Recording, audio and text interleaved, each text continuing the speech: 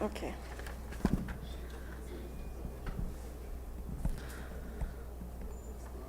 So, as mentioned, as my colleague mentioned, we're going to hold a 3-minute thesis contest. We have 9 contestants, 3 French speakers, and 6 English speakers, so please do use the translation if you don't speak both languages. The purpose of the contest is to make science available for everyone, to make it clear, short, and also fun and understandable for everyone. So we have 4 members of the jury that I will let themselves introduce themselves. We have Adoa Aissi Salawu. Hi, thank you so much. Good afternoon. It's great to be here. My name is Adoa Aissi Salawu. I am the head and senior legal counsel for West Central North and also for Pan-African programs at the Mastercard Foundation based here in Accra. Thank you so much. It's great to be here.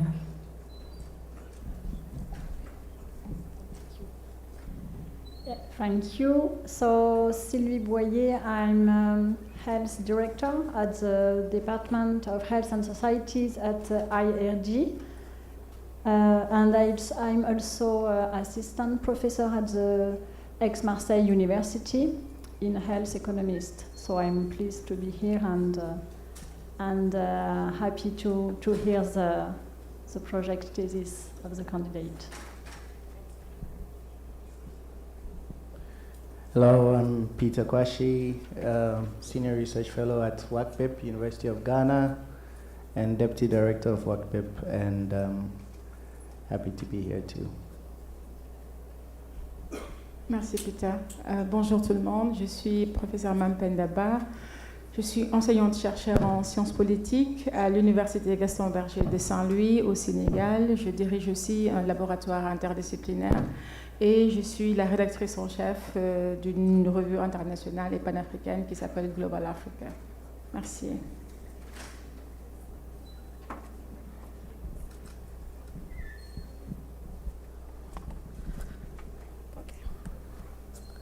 Thank you very much. Without any much more things, I don't have any much more thing to say. So we will welcome our first candidate. I will ask the candidates when they arrive to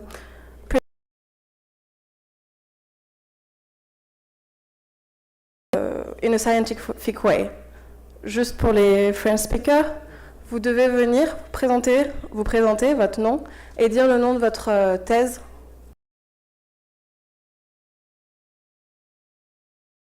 Prêt, et vous pouvez commencer. And then after, I will ask you if...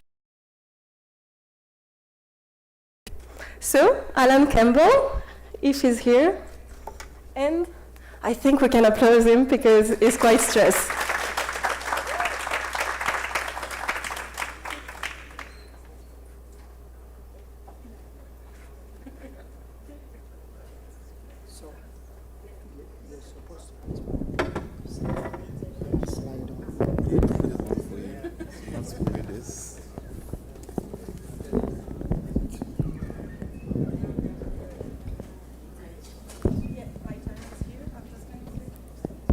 Hello.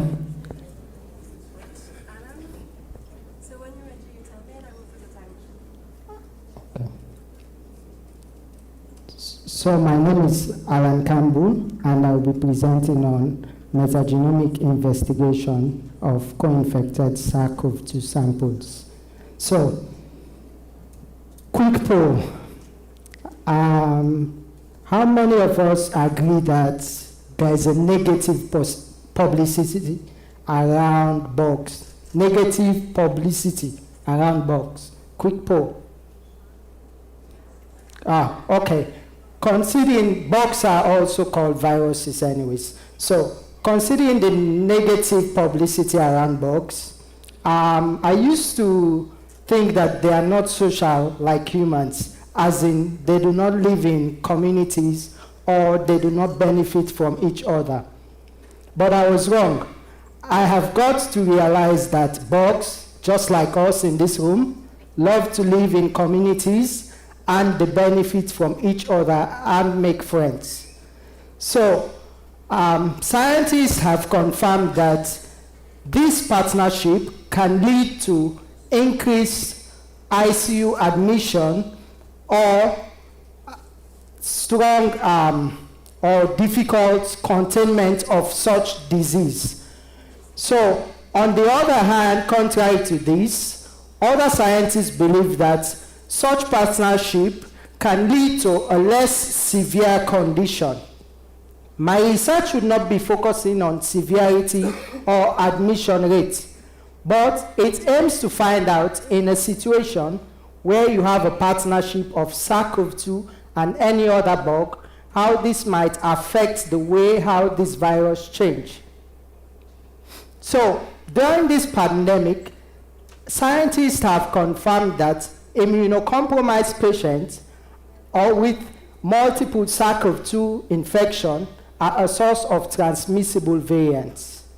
So, considering all these possibilities and controversies, I have decided to do my own investigation and get my own facts using a technique called metagenomics. Think of metagenomics as taking a bite of that delicious cake or the cake we had for lunch, and you are able to analyze its ingredients all at once, instead of taking each ingredient like flour or sugar and analyzing them individually. Cool, right? So 50 carefully selected SARS-CoV-2 samples are collected across Sierra Leone. Conclusively, just like in baking cakes, we have different ingredients. So flour and sugar account for the highest based on their overall weight on the entire mixture. So it is the same with my analysis. So those samples that have greater than or equals to 50% of abundance of other bugs alongside SARS-CoV-2 would be considered a significant partnership.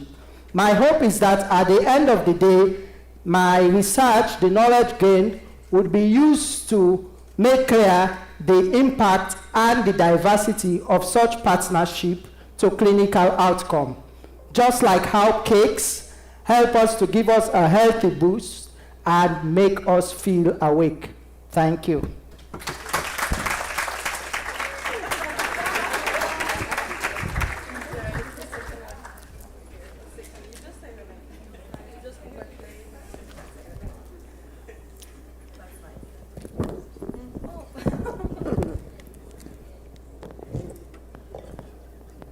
Right, thank you very much, Alan. The next speaker is Rejoice Akeley. So give it up for her, Rejoice.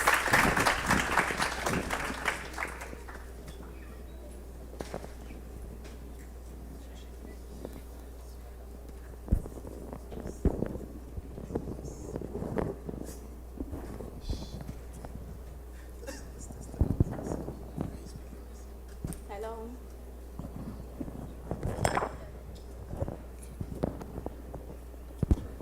Hello. Hello. My name is Akeley Rejoice. My thesis is sequence-based identification of antibiotic-resistant gene of Salmonella isolated from ready-to-eat meat in Accra metropolis. I can go. Okay. Last 2 years, my sister Amma was suffering from severe stomach cramp after returning from Market X in a very beautiful city in Ghana, where people go in and out. All kind of people go in and out. And that Amma was quickly rushed to the nearby health facility, and there a foodborne disease was confirmed, particularly typhoid. On that very day, Amma only ate grey meat in the market before the infection commenced. Therefore, the vendor was traced. Do you think Amma's case is an exception? Of course not. about 1,000 individuals who consumed the grey meat on the market that very day were all admitted at the hospital with the same typhoid infection. Are you aware how serious this issue has become? Yes, about half of the infected population lost their life as a result of failure in the antibiotic used in treating the typhoid infection. Now, this stirred up our interest to find out if really the grey meat actually harbor the causative agent of typhoid, that is salmonella. And if so, why are the infected people not responding to medical treatment? Now, how do we go about this? Ready-to-eat meat sample, spices, swabs from the palm and on the knife were carefully collected from several vendors and transported to the laboratory. These samples were kept in a media, and the results and the salmonella bacteria isolated from some of these samples. These isolates were now exposed to several antibiotic discs, and amoxicillin antibiotic was, all the isolates were resistant to amoxicillin antibiotic. However, ceftriaxone, the only antibiotic out of many, was able to kill all the isolates from different sample. This antibiotic was prescribed to my sister and the rest, and fortunately on their behalf, within 1 week period, they recover from the typhoid infection. This, in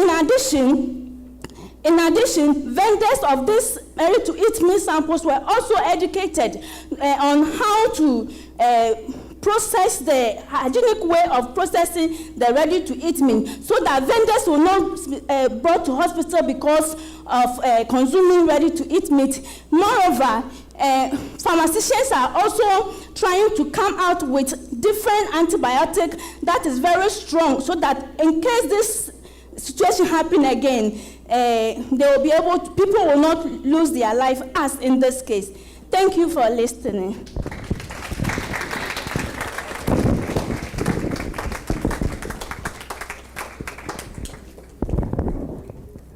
Thank you very much, Rejoice. For the next candidate, if you can slow down a bit, it's because of the translation. I know that it's 3 minutes, but as we want the translator to be able to share with non-French or non-English speaker, we will make an exception on if you do 3 minutes and 10 seconds, it's okay for translation issue. So thank Ekli Rejoice to talk us out of eating meat. Now I'm scared. And I will call Jufak Deli Jerades. It's here.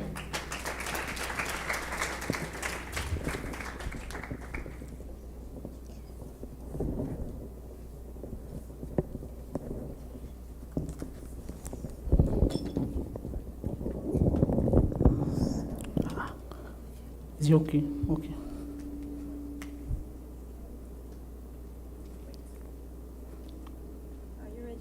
Yes. My name is Jufak Delija Ades, and I'm working on genetic diversity and drug resistance profile of mycobacterium tuberculosis and HIV virus among patients co-infected with these two pathogens. Now, this is a story of John, hard-working man who was living peacefully and happily with his lovely family in a small village in Cameroon. One day, John was not feeling fine. He went back to the hospital for a routine checkup. He was found having HIV and malaria. He was given malaria and HIV drugs for treatment. After 3 days, John stopped taking those drugs because he was feeling fine. 6 months later, John was coughing, sneezing, and was having chest pain. He went back to the hospital for another checkup. He was found having HIV. No, he was found having tuberculosis. In addition of that HIV. He was placed on extensive treatment for both HIV and tuberculosis. And he was hoping that he would recover soon to go and meet his lovely family. After 2 months, there was no improvement on his health situation. 6 months later, the worst thing happened. John died, leaving his family sad and pain, the wife widowed and the child orphan. John's story is not a unique story. we still encounter the same story all over the world, especially in developing countries like Cameroon. You know, drugs are designed to target a specific part in the bacteria. If there is some change in that part, the drug will become ineffective, useless, and the patient won't be treated. My work aims to see how HIV, tuberculosis co-infected patients will react to their treatment. The idea here is to test as much as possible HIV patients to see if they have tuberculosis. I went to one of the biggest hospitals in Cameroon, and I tested 218 HIV patients to see if they have tuberculosis. I found out that 26 were co-infected with both HIV and tuberculosis. Now, in the next step, we want to see how the patient will react to their tuberculosis treatment. After using a rapid diagnostic test, we found out that more than 50 were resistant to the most prominent first use drug against tuberculosis. In the next step, we are going to see how those patients will react to their treatment. In our lab, we have a machine called sequencer that will give us the following information. The information about how they react to their HIV treatment, the different type of HIV as well as the different type of tuberculosis, and also confirm the result that we obtain with our rapid diagnostic test. With this result, we can confidently mention that there is a significant relationship between tuberculosis, HIV, not only drug resistance, but also increased rate of infection. In conclusion, a significant test should be performed on patients having both HIV and tuberculosis before giving them their treatment. And then we're able to save, treat, and heal patients, change the life of millions of people that are in the same situation like John. Thank you.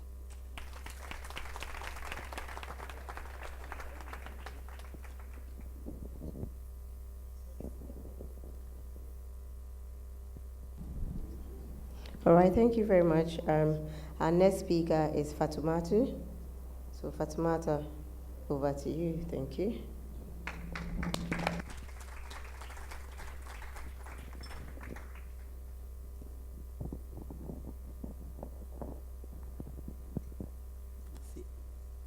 Allô? Ok, merci. Je me nomme Fatoumata Bintou Traoré. Je suis médecin de santé publique et je suis en train de faire ma thèse au Centre d'excellence africain pour le contrôle et la prévention des maladies transmissibles en Guinée. Okay. La grossesse est un événement heureux qui apporte joie, bonheur, enthousiasme. Nous aspirons toutes mettre au monde une progéniture en bonne santé. Et pourtant, cet événement peut être émaillé d'angoisse, de détresse, de désarroi et de peur. Pendant la grossesse et à l'issue de celle-ci, des milliers de femmes et de nouveau-nés vivent des situations difficiles qui peuvent être traumatisantes, liées à des infections. Ces situations sont source de morbidité grave, voire même de décès. Malheureusement, nous avons été très souvent témoins de femmes qui vivent cette situation difficile.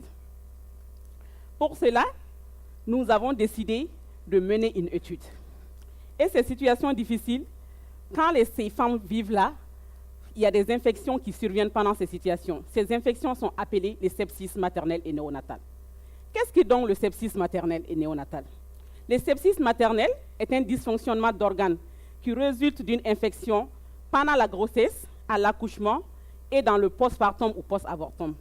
Et le sepsis néonatal est une infection qui survient les 28 premiers jours de vie. Le sepsis, l'ennemi de la femme et du nouveau-né, c'est notre ennemi commun à tous. Cet ennemi qui s'oppose à ce bonheur, cet enthousiasme, cette joie et qui écoute le rêve de toute une famille. Figurez-vous que cet ennemi est responsable de 11% des décès maternels et un quart des décès néonatals. Et oui, vous ne rêvez pas. Je dis bien, le sepsis est responsable de 11% des décès maternels et un quart des décès néonatals. Ce sepsis est encore plus dramatique dans les pays à développement, dans les pays à revenus faibles, tels que le Mali, où 95% des décès maternels et plus de la moitié des décès néonataux liés au sepsis s'y passent dans ces pays. Qu'est-ce qui explique cela donc?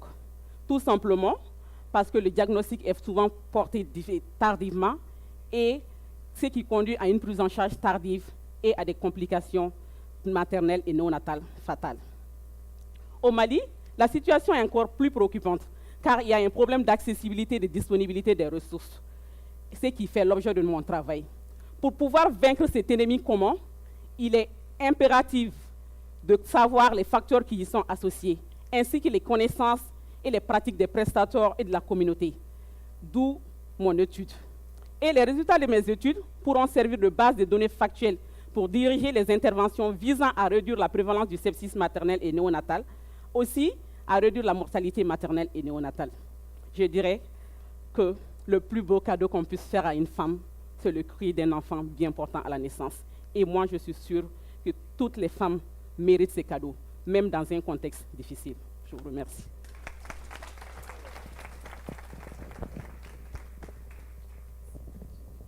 Thank you very much, Fatoumata Bintou Traoré. I will call Dr. Miwa Awefa, Adeline Tatiana. I will let you introduce yourself.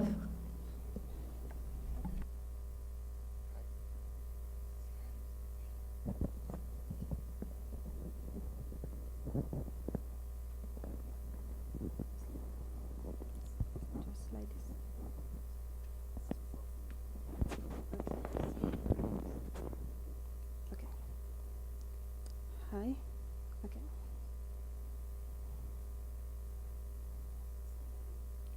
Je n'ai pas encore lancé.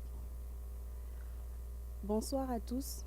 Je m'appelle Huefa Dokumiwa et mon travail s'intitule Exploration de l'immunité moléculaire, des bases moléculaires de l'immunité lors de la co-infection de la bactérie Wolbachia et du champignon Metarhizium penguense dans une stratégie de remplacement de population du vecteur Aedes aegypti. Mesdames et messieurs, bonsoir. Ce soir, je viens vous parler de nos visiteurs indésirables, ceux-là même qui envahissent nos maisons, bourdonnent dans nos oreilles et nous transmettent de vilaines maladies. Et oui, vous l'aurez deviné, il s'agit du moustique et plus particulièrement du moustique Aedes aegypti. Savez-vous que ce moustique transmet à lui seul de nombreuses maladies, dont la dengue? Oui, la même dengue qui a semé la panique en Afrique de l'Ouest entre 2016 et 2017, avec de nombreuses épidémies et des décès. Mais dites-moi, avez-vous remarqué que ces dernières années, les insecticides que nous utilisons ne sont plus vraiment efficaces? Eh bien, c'est parce que ces bestioles ont trouvé le moyen de résister. Pour continuer la lutte, nous devons trouver des super-héros écologiques. Et pour cela, nous avons d'un côté une bactérie super puissante qui empêche le moustique et les bêches de transmettre la maladie, et de l'autre côté, un groupe de champignons super tueurs qui tuent les moustiques qui ont le malheur de les croiser. La stratégie de mon équipe et moi est d'utiliser ces deux super-héros pour remplacer les populations de moustiques qui nous transmettent des maladies par des moustiques incapables de transmettre la maladie. En cherchant à faire cela, nous avons remarqué que les moustiques chez qui nous avons mis notre super bactérie survivaient plus longtemps lorsqu'ils étaient en contact avec le super champignon. Est-ce un coup de chance ou cela est dû à des mécanismes biologiques? C'est pour comprendre cela que mon étude a été mise en place en partant du principe que la bactérie que nous avons mise dans nos moustiques stimulait les mécanismes de défense de ces derniers. Pour ce faire, nous avons mis en contact notre champignon avec deux groupes de moustiques, ceux ayant déjà la super bactérie et ceux ne l'ayant pas, et nous avons effectué de nombreuses séries de tests. En résumé, nous avons noté qu'en présence du champignon, nos moustiques portant déjà la super bactérie vivaient effectivement plus longtemps, que la concentration de la bactérie en leur sein augmentait et que leur système de défense était hautement activé. Rappelez-vous que nous voulons remplacer les populations de moustiques qui nous transmettent la maladie par des moustiques incapables de transmettre la maladie. Nos résultats indiquent donc que les moustiques portant déjà notre super bactérie ont été protégés de la toxicité du champignon grâce à des mécanismes biologiques explicables. Cela apporte donc la preuve que, en relâchant des moustiques portant déjà notre super bactérie Et en utilisant en même temps notre super champignon, nous éliminerons les moustiques sauvages qui nous transmettent les maladies et ne resteront que des moustiques portant notre super bactérie, incapables de transmettre la maladie. Ainsi, vous et moi, nous pourrons profiter sereinement de nos habitations sans craindre la présence de ces petites bestioles. Je vous remercie.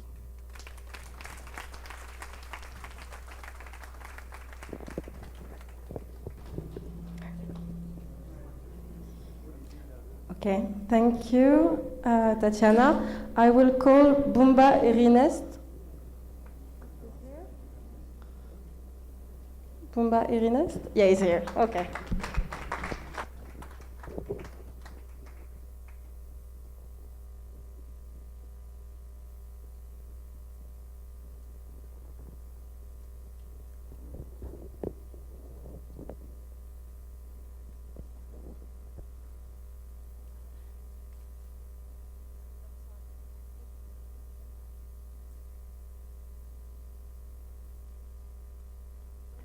My name is Bumba Ernest, and my research, I am developing a lettuce therapeutic food using our local foods. From this conference, if I am to summarize as a conclusion, I would say African researchers have decided that Africa must be part of African solution. And maybe to add a sentence, I would say the local African community, the one affected with our challenges, should be part of all innovations aimed at addressing their challenges. Are you aware that we are treating a disease which is associated with poverty and affecting the most vulnerable members in our societies, with a medical commodity which is one of the most expensive worldwide.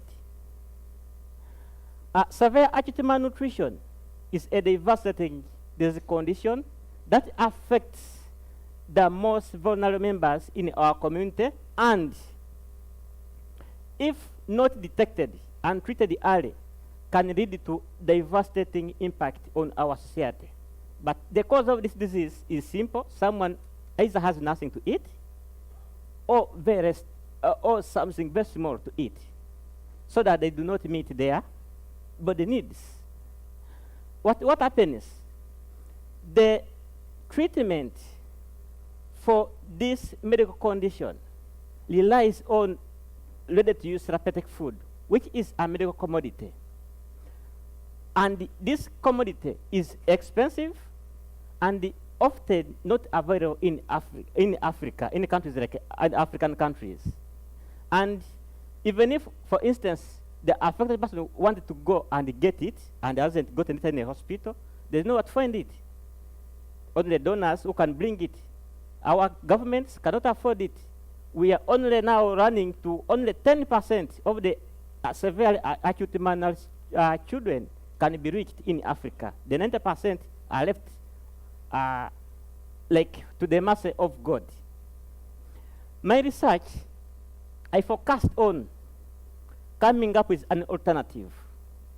I formulated a food product using our local foods we use, and this product has the components which are contained in the ready-to-use therapeutic food. I tested it for its palatability, and yes, it is acceptable, even more than ready-to-use therapeutic food because it has the local texture. I also tested it for efficacy in rats, and yes, it works just like ready-to-use therapeutic food. So I say, if we are to permanently eradicate and be on top of the game against acute malnutrition, this is the product which can save us.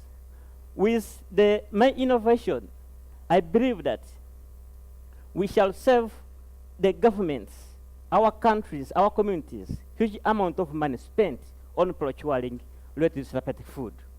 And this solution is sustainable as this product will be readily available in our communities. Thank you so much.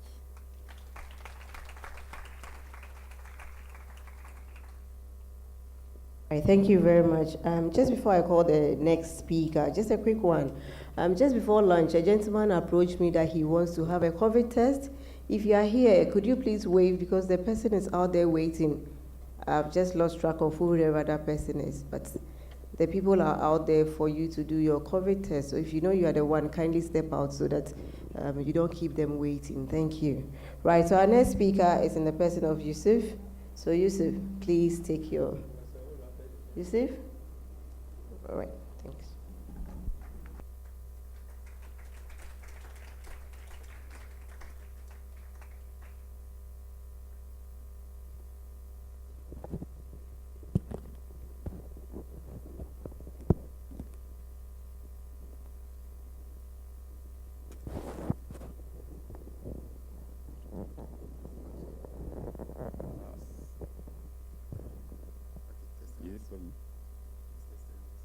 Hello, Echo.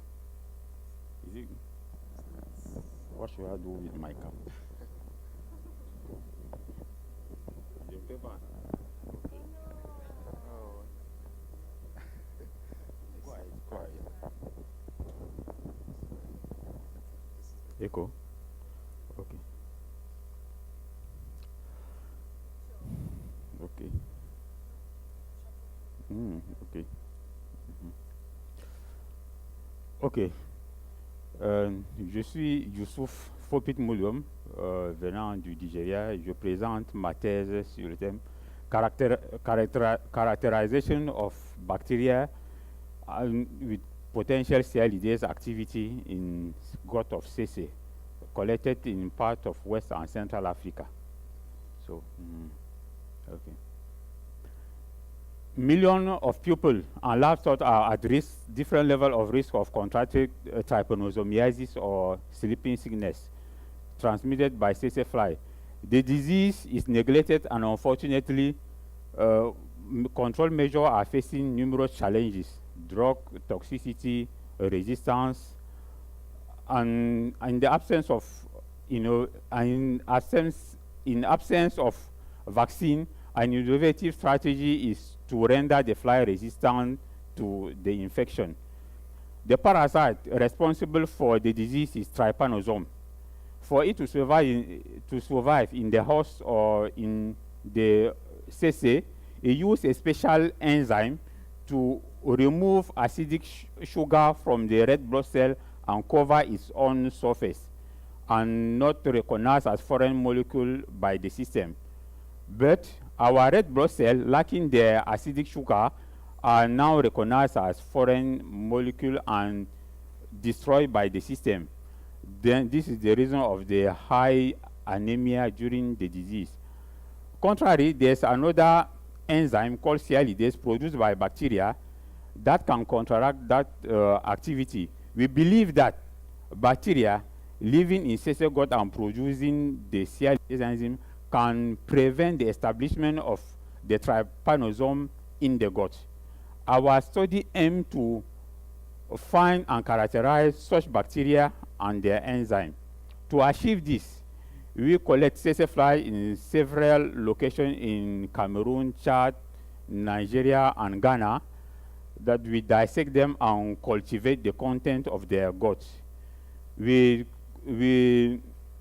found a large diversity of bacteria that we test for the activity, for the CLIDase activity. We found 2 potential CLIDase producing bacteria that the entire genome was sequenced, and we found our gene of interest. The gene was cloned, and we successfully produced the protein. And the protein was tested for its efficacy, and it was able to hydrolyze the substrate. This result is an important step for the fight against trypanosomiasis by blocking the transmission of the parasite by the tsetse. Losses registered by the farmer will be recovered for the improvement of the economic situation of the continent, and people will be able to sleep quietly, not has time of sleeping sickness. Thank you.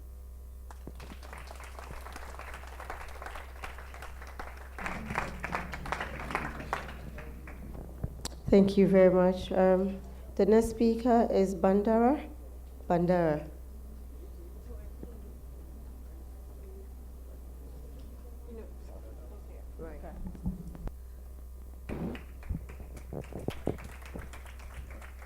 Allô.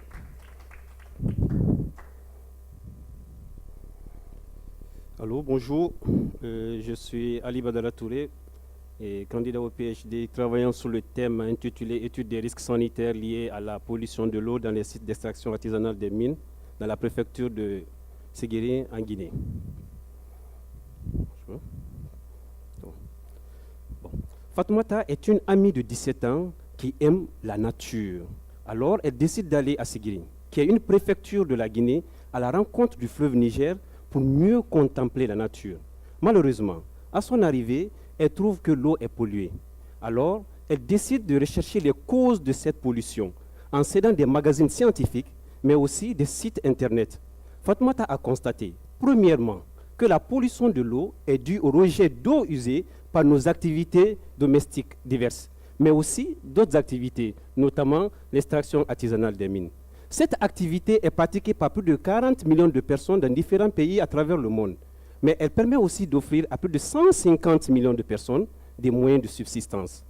Alors, Fatoumata a continué encore ses recherches. Elle a trouvé que le principal impact environnemental est la libération persistante dans les cours d'eau des substances nocives et toxiques telles que le mercure, le plomb, l'arsenic, mais aussi les activités des communautés entraînent le rejet des excréments dans les cours d'eau.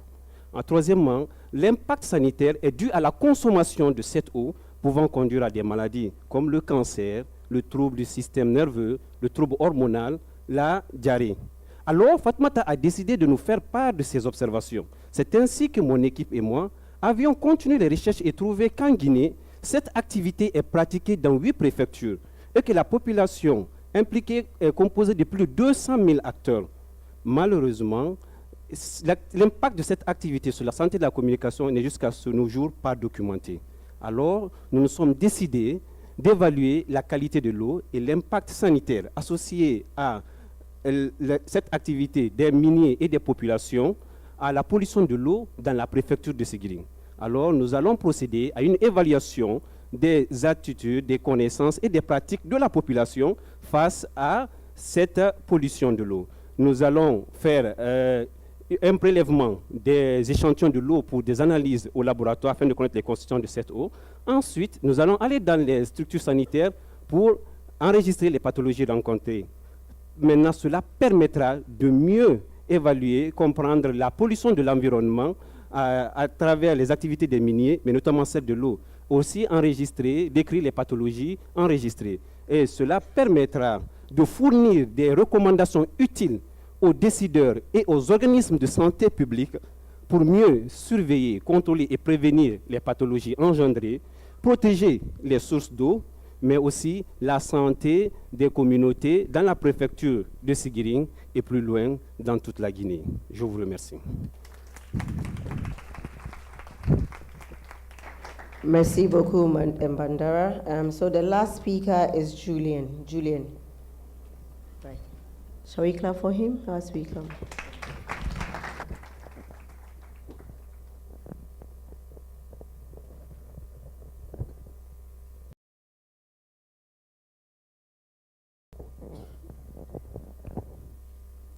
Hello. Hello. Good afternoon. My name is Julian Campbell, and I will be presenting on genomic mutation of HIV co-infected with hepatitis B. Over 4 years, my community members became infected with HIV, but because of the sensitization of the treatment, members were committed to their drugs. But for a while, I noticed that some of these patients are also infected with one of HIV's younger sister without knowing, because routine testing are not being done for other related viruses. And this would increase the spread of infection in my community. But the surprising thing is that members in the community were also thinking in the same angle about what would be the cause of another infection other than HIV. We all concluded to find and put an end to that agent that is causing the problem. This is where my thesis comes in, because I was curious to check the extent of change of that infectious agent and the system of those patients that have HIV, and that's one of HIV's younger sister, the treatment they are on in 2 different facilities in my community. With the effort of all, we were able to identify that one HIV younger sister called hepatitis B in HIV patients, which was now used as a recipe alongside other ingredients such as HIV, hepatitis B, and a control that doesn't have HIV or hepatitis B, which will now help us to understand the cause of resistance or susceptibility to change. With all these ingredients put together for analysis, it was evident that 1 in 4 HIV patients are liable to have hepatitis B. All 51 HIV patients that is co-infected with hepatitis B were on first-line treatment. This will be a major implication if patients are constantly treated for HIV without performing other related tests. Therefore, it is important for better monitoring and surveillance of disease.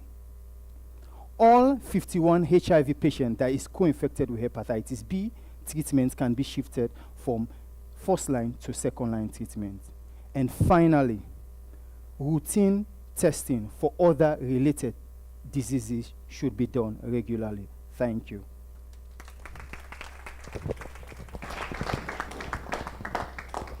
Right, thank you very much. I think that brings us to the end of the 3 minutes thesis competition. And now we're moving on to our next section after the thesis competition.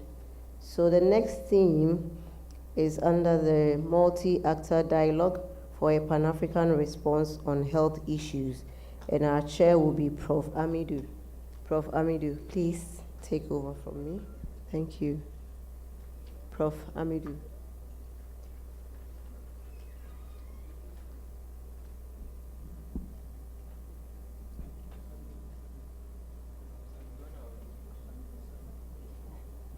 Prof. Amidou Sami.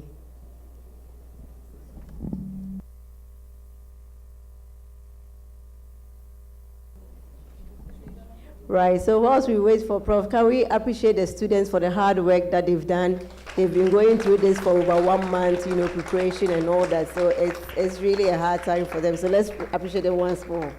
They've done really well. Thank you, students. And yes, we wait on our next chair.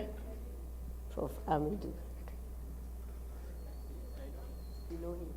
He stepped out. Oh. Okay, right. So since he's out,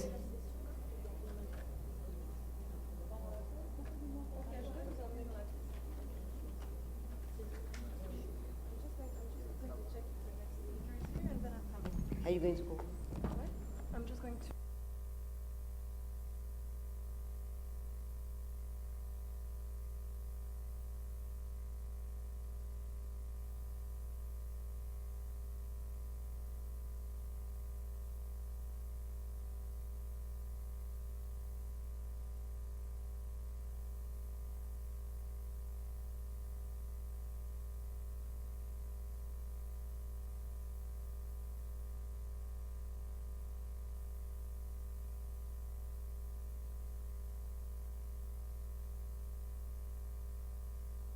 So since the chair is not in, I'll just step in until he comes. So our next session, the plenary session, we have an online speaker who is in the person of Dr. Sono Bala. So if Dr. Sonobala is online, can you please connect him so he can present for us? Thank you. Thank you very much. Do you hear me? Hello? Hello? Yes, we can hear you, sir. Please go ahead. Yes, Thank yes. you. Can you share my screen, please?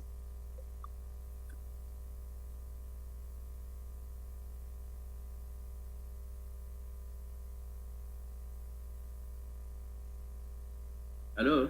Je peux partager ma présentation, s'il vous plaît?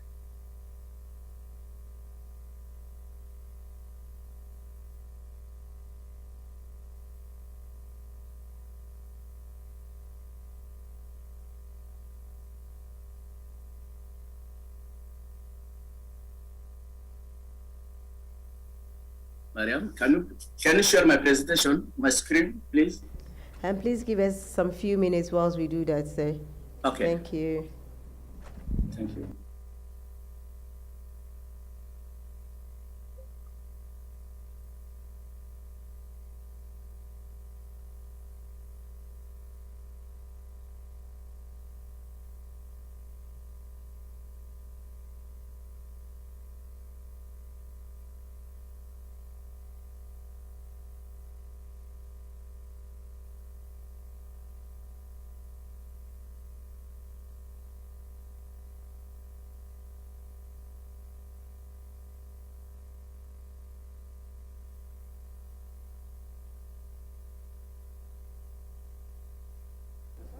Yes, welcome, Chair. We're looking for you. Okay. I don't see my screen. Okay. So the speaker is already on. The next, yeah. Okay. Okay. Thank you. Bonsoir à tous, bonsoir à toutes. Je voudrais présenter un travail individuel sur le traitement de masse contre les schistosomiases et helminthias au Mali. Est-ce que ce traitement est-il justifié dans le district sanitaire de Ségou, dans la région de Ségou, et proposer quelques alternatives réellement de stratégies pour améliorer réellement le contrôle de cette maladie pour le pays. Je vous présente un bref plan, donc l'importance des schistosomiases en santé publique, la distribution, les stratégies de contrôle, les objectifs de notre étude et de ses limites. Hello? Yes, do you hear me? Yes, we can hear you, but your slides are still not ready. So can you please hold on a few minutes for us whilst we try to project your slide? Oui? Okay, I don't see. Yes. Merci.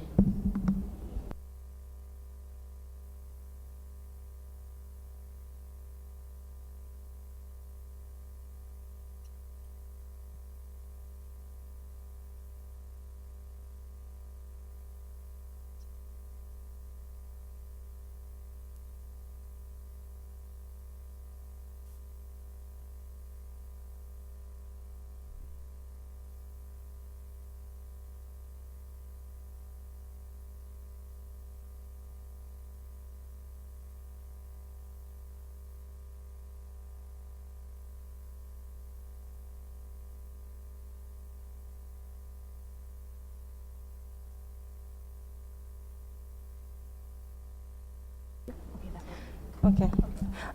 We have some issue with your presentation. What I suggest is that you're going to send it to me in PDF, and we're going to say to the next speaker to start her presentation, Dr. Funmilola Adefolalu, and then in 20 minutes, you can start your presentation, Dr. Zara. Is it okay with you? Okay, I want to send you in PDF. Okay, so in 20 minutes it will be you. If Dr. Adefolalu is ready, I have her presentation. Is she here? She's. Thank you. Sorry for the inconvenience. So, can you stop sharing your screen, Dr. Bala? Perfect. Can you put the presentation of Dr. Yes, that's it. It's here, and we're going to see for the. Yeah, ladies and gentlemen, good afternoon. Sorry I have gone out for some need. I'm very happy to be here. I would like to congratulate the organizers for a well-organized conference. I think that we stand to gain quite much a lot from such meetings, which bring together, you know, all the actors in the research, you know, from Africa. Most of the time, the organization, you know, can be difficult because of issues of, you know, funding and logistics and all that. But it seems that in this case, everything is flowing so, you know, nicely, and we are all enjoying. And I think that I'm enjoying the food, the Ghanaian food, very much. Most of the time in South Africa, we don't get to have such, you know, delicious meals, particularly during conference times. So I would like to, you know, introduce Dr. Funmila Adefolalu from the Department of Biochemistry from the Federal University of Technology, Minna, in Nigeria. So the title of the presentation is going to be Evaluation of Culex mosquito susceptibility to organophosphate, organocarbamate, and pyrethroid insecticides in Minna, Niger State. Thank you.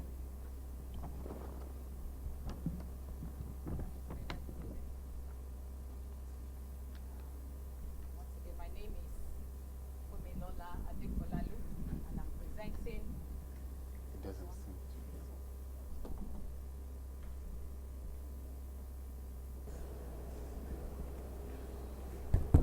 Okay, thank you, son. Thank you. So I'm presenting on evaluation of Culex mosquito susceptibility to organophosphate, carbamate, and pyrethroid insecticides in Minna, Nigeria. Mosquitoes are little flying insects that are made up of about 41 genera, and many of them are vectors of disease pathogens that have affected both human, animal, and domestic animals and wildlife. Several of these mosquito species are of medical and veterinary importance, and those group belongs to the genera of the Culex, the Anopheles, and the Aedes. As much as we know, Anopheles have been the notorious one in the group because of malaria majorly, but over time, negligence or much attention have not been given to the other groups, especially in the African setup.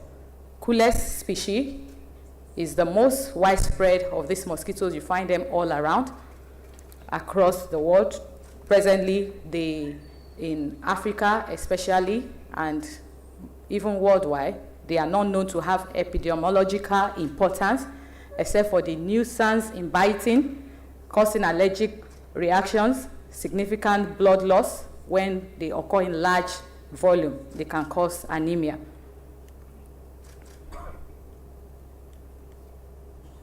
So, for the Culex mosquito, they are known to be found everywhere there is water, and they thrive and lay their eggs more in polluted water, unlike the Anopheles and the Aedes, which lay their eggs in fresh water.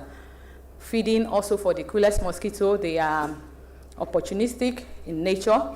They rather prefer to bite birds, but we bite human when they don't find other animals to bite, and so they don't live indoor. Most time they live outdoor and very near homes.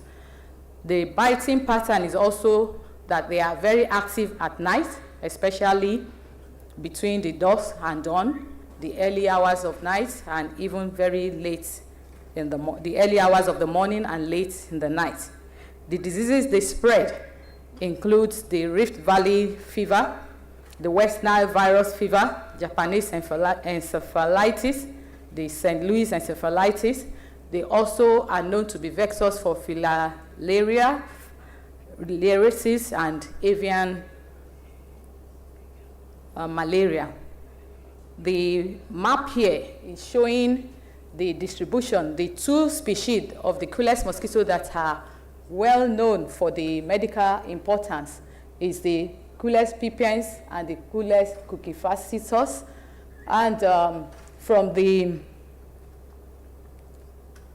this, the brown color shows the distribution of the Culex cucufacitus, which are known as the South House flies, while the green color stands for the distribution of the Culex pipiens, and we have the blue color showing the hybrid of the two types, where you can find them coexisting at the same time. So we find them majorly in that form. Culex mosquito control generally have been an intensive one over time. Global strategy for management of this have been on, and several of these methods of control includes the habitat modification, bed nets, use of bed nets, the insecticides, drug treatments for where you have the virus or the plasmodium or the parasites. And then you have the use of predators and pathogens. You have genetic manipulation or modification and sterile release of this mosquito in order to control. But the insecticides are one of the major strategies employed for the control of mosquitoes. And incidence of malaria, for example, have been shown to have been checked by at least 50% from 2000, and 80% of this control or reduction is due to use of insecticide through indoor residual spraying, insecticide-treated nets, and long-lasting insecticide-treated bed nets, and so on. And out of this insecticide, we have 4 classes of these insecticides that are commonly used. You have the organophosphate, the carbamate, the pyrethroids, and the organochlorine. The insecticides usually work with some group of enzymes. So the insecticide will target these enzymes in the mosquito, and once they are able to deactivate the enzymes and convert it to non-toxic products, they are able to check the mosquito. But the mosquito is also smart enough to the point that they are able to also overexpress the proteins or the enzymes, and this setting up of insecticide resistance. So when there is insecticide resistance, it means several of these enzymes are overexpressed. The aim of this study is to check the susceptibility of the mosquito to 3 classes of insecticide that are recommended by the WHO for the control of mosquito, and also even the transmission of diseases they carry out. And so in Mina there, we collected the mosquito larvae from 6 different locations, from a dam, from rice field, tire, gutter, rain pool, and a stream. And the larva was taken to the lab to be developed. So 6 of the insecticide that belongs to 3 of these classes, the deltametrine, permetrine, pendocarb, propoxol, and pendocarb belongs to the carbamate family, while deltametrine, permetrine belongs to the pyrethroid family, and the malathion and primifos belongs to the organophosphate family. So the method that was used to determine this was using the testing bottle, whereby 1 ml of this insecticide each was mixed with 2 ml of acetone and applied into the bottle, left to dry overnight. And 25 healthy mosquitoes that have been raised were taken and put in the bottles, and after a period of 0, 5, 10 to 30 minutes, 5 minutes interval, the knockdown record was taken for each of these. And then the live mosquitoes were, after 1 hour, were allowed to, they were removed into the holding bottles for 1 hour. And after this, the mosquitoes that were dead were preserved in Petri dishes that were contained in silica gel and refrigerated for biochemical analysis. The total protein and enzyme determination was also carried out by picking the dead mosquitoes, and they were homogenized, centrifuged for 20 minutes, and under 3,000 RPM. The total protein was determined using the Bradford method, and the wave absorbance was taken at 595 nanometer. Glutathione was also determined using the method that was described by Habig et al. And here we used a kit to carry out that determination. That analysis was carried out, and for the knockdown and for the mortality of the insect, the Abbott formula was applied, which states that if the number of knockdown or number of deaths in the mosquito in the control is between 5 and 20%, so there will be a correction of that mortality rate using the Abbott formula. So for the result, we had that in the dam area, we had 12.6% of the coolest mosquito collected. Rice field had 36%. The tire had 6%. Gutters had 21.6%. Rainpool had 11.6%. And the stream had 10.7%. So showing that the highest occurrence was found in the rice field. This could be attributed to the fact that the water around the rice field, as much as they are considered to be polluted as it were, they are not as disturbed as you have for the gutter and so on. Next to that is the gutter result. Then for the knockdown, we discovered that the permethrin and pendocap actually, which is a pyrethroid, gave the highest knockdown at 30 minutes. By 30 minutes, it gave 100% knockdown, and this even 1 hour after, none was revived. Knockdown does not mean mortality, but 1 hour after, we still recorded 100% death. While for, I think, for permethrin was next, both for knockdown and for mortality, but permethrin did not record 100% mortality. Next to that is primifos, which is a organophosphate, and then we have malatoin, organophosphate coming next. Next to that, we have deltamethrin, and propoxol showing the lowest of them. For the for the mortality, in case of mortality also, we have that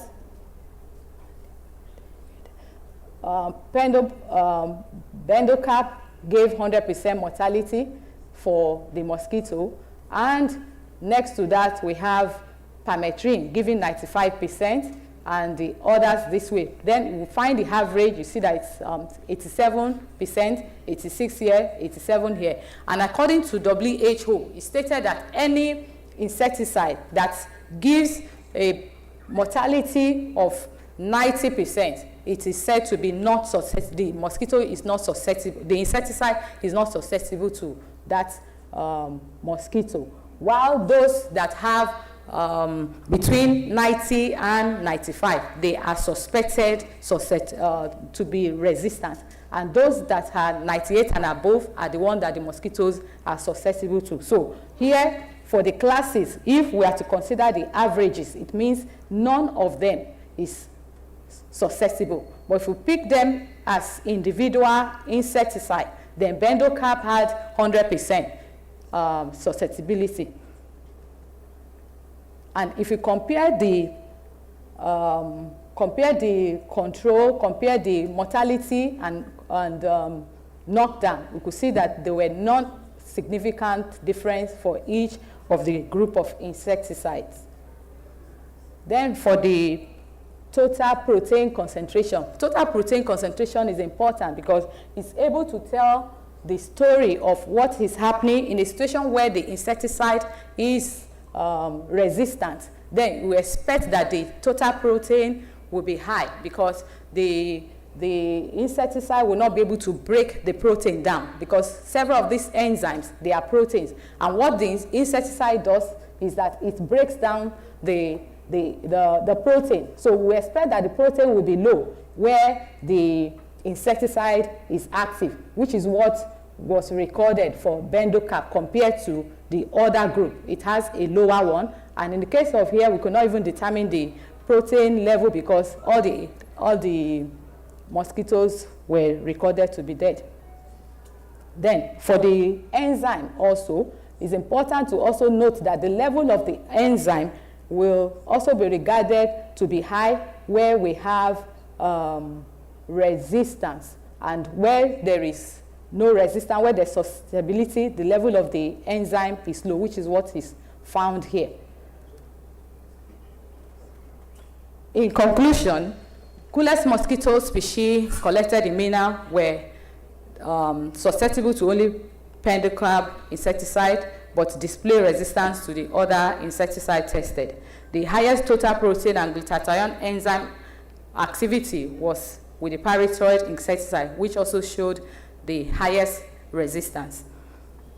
Bendocap did not show any developed resistance. However, propoxol, which is also a carbamate insecticide, had the lowest GST resistant activity, which is indicating a resistance for that particular insecticide. It is therefore worthy of note to know that mosquitoes have an inbuilt ability to switch on detoxifying and resistant developing enzymes on exposure to insecticide, which can attribute to the failure of the control measure for mosquito-borne diseases and is a major concern for sustainable insect control. So further research is required to circumvent the insecticide-resistant order, which continues to be of great importance and necessity. I'd like to acknowledge the ACM, Federal University of Technology, MENA, for the enabling environment given for this work, also for the WANIDA group for giving us the sponsorship to come for this meeting. Also appreciate the contribution of the malaria and mosquito group, research team in MENA, headed by Professor Layemi, and also the Department of Biochemistry for the students that took part and the staff that took part in the collection of this. Thank you very much.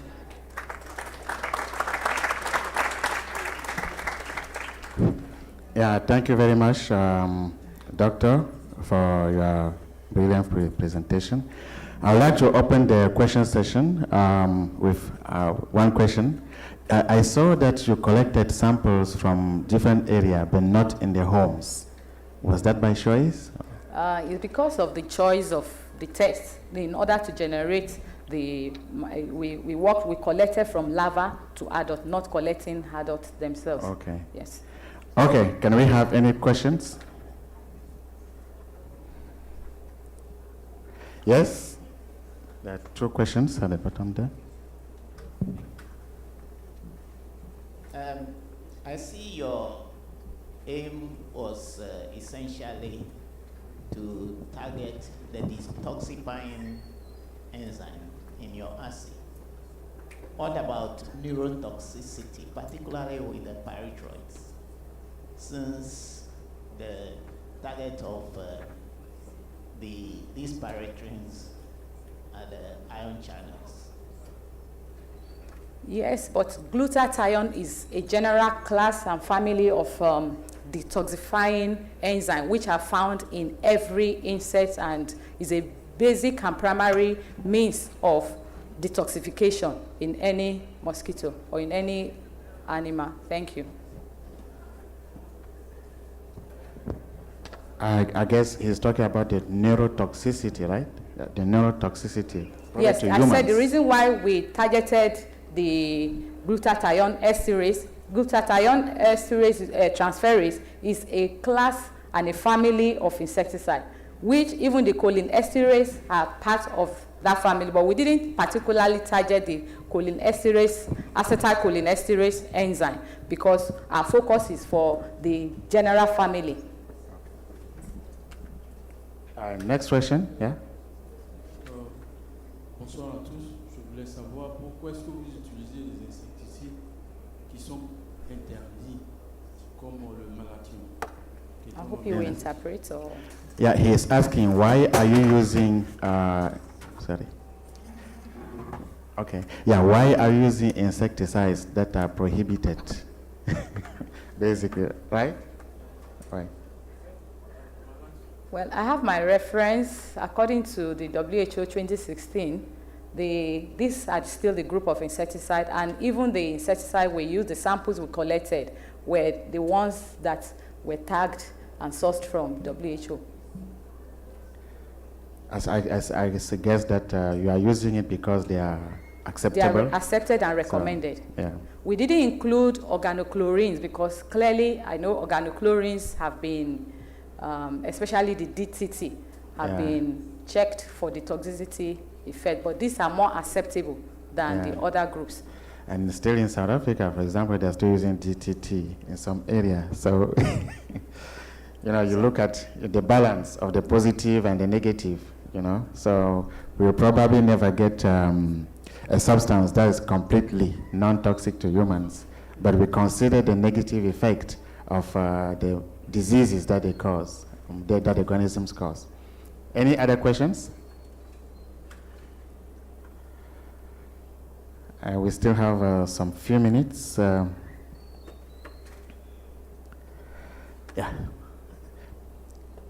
If there's no other question, I don't know if the presentation of Dr. Sonu. Okay. All right. So I think we can clap for Dr. Yeah. Thank you so much. Okay. Yeah, so I just heard that the presentation is ready for Dr. Sonu Bit Baladiara from the Ministry of Health in Mali. So he's going to present about the traitement de masse annuel contre les schistosomiases et les géohermentias à Ségou, Mali. Est-il justifié? Proposition de stratégie alternative d'amélioration. I suppose that is the topic opposite to the one that we just had. So please welcome Dr. Sonu Diara. Yeah, you are welcome, sir.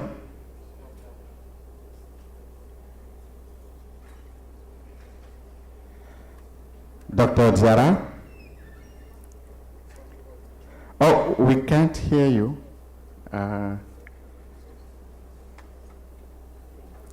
Can you hear her? Can you hear us? We can't hear him. Okay. Oh. Okay, it is okay. Okay. Okay. Yeah, so you are welcome. You can go ahead with your presentation.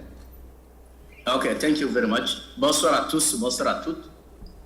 J'ai le plaisir de présenter un travail personnel sur le traitement de masse contre les schistosomiases et géohelminthiases est justifié dans la région de Ségou, donc au Mali, et proposition de stratégie d'alternative d'amélioration.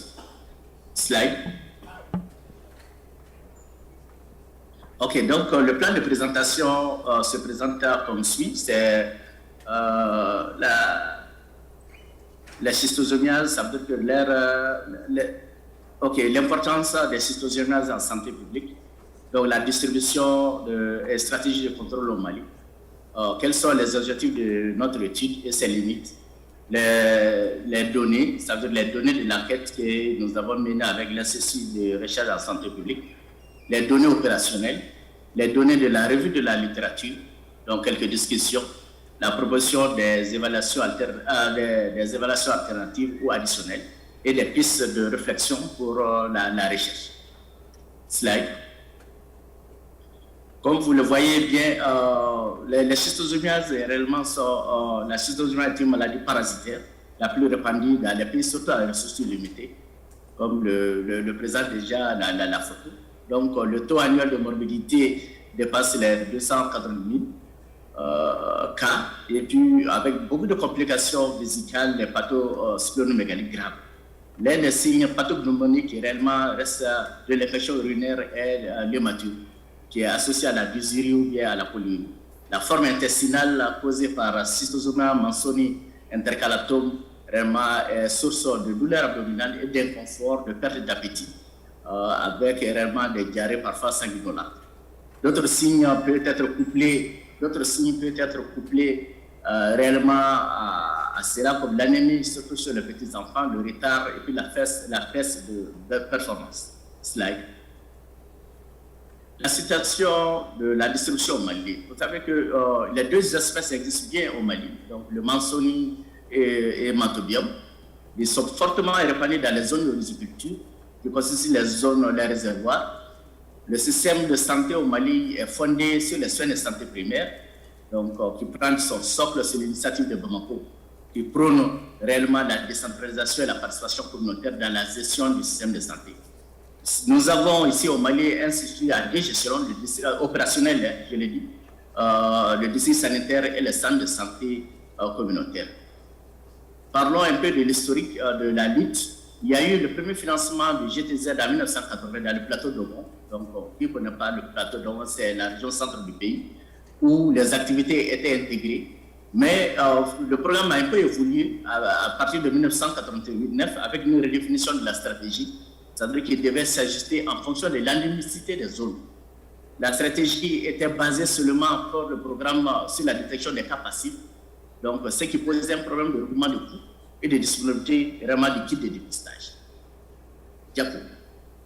Le programme a été créé sur décision réellement du ministère de la Santé le 22 juillet 1996. Il avait pour objectif de réduire le taux de la prévalence des maladies des schistosomiases au Mali et d'accroître la couverture réellement en personnel de santé, d'intégrer réellement cela dans le système de santé primaire et de renforcer le paquet d'activités des actions de lutte.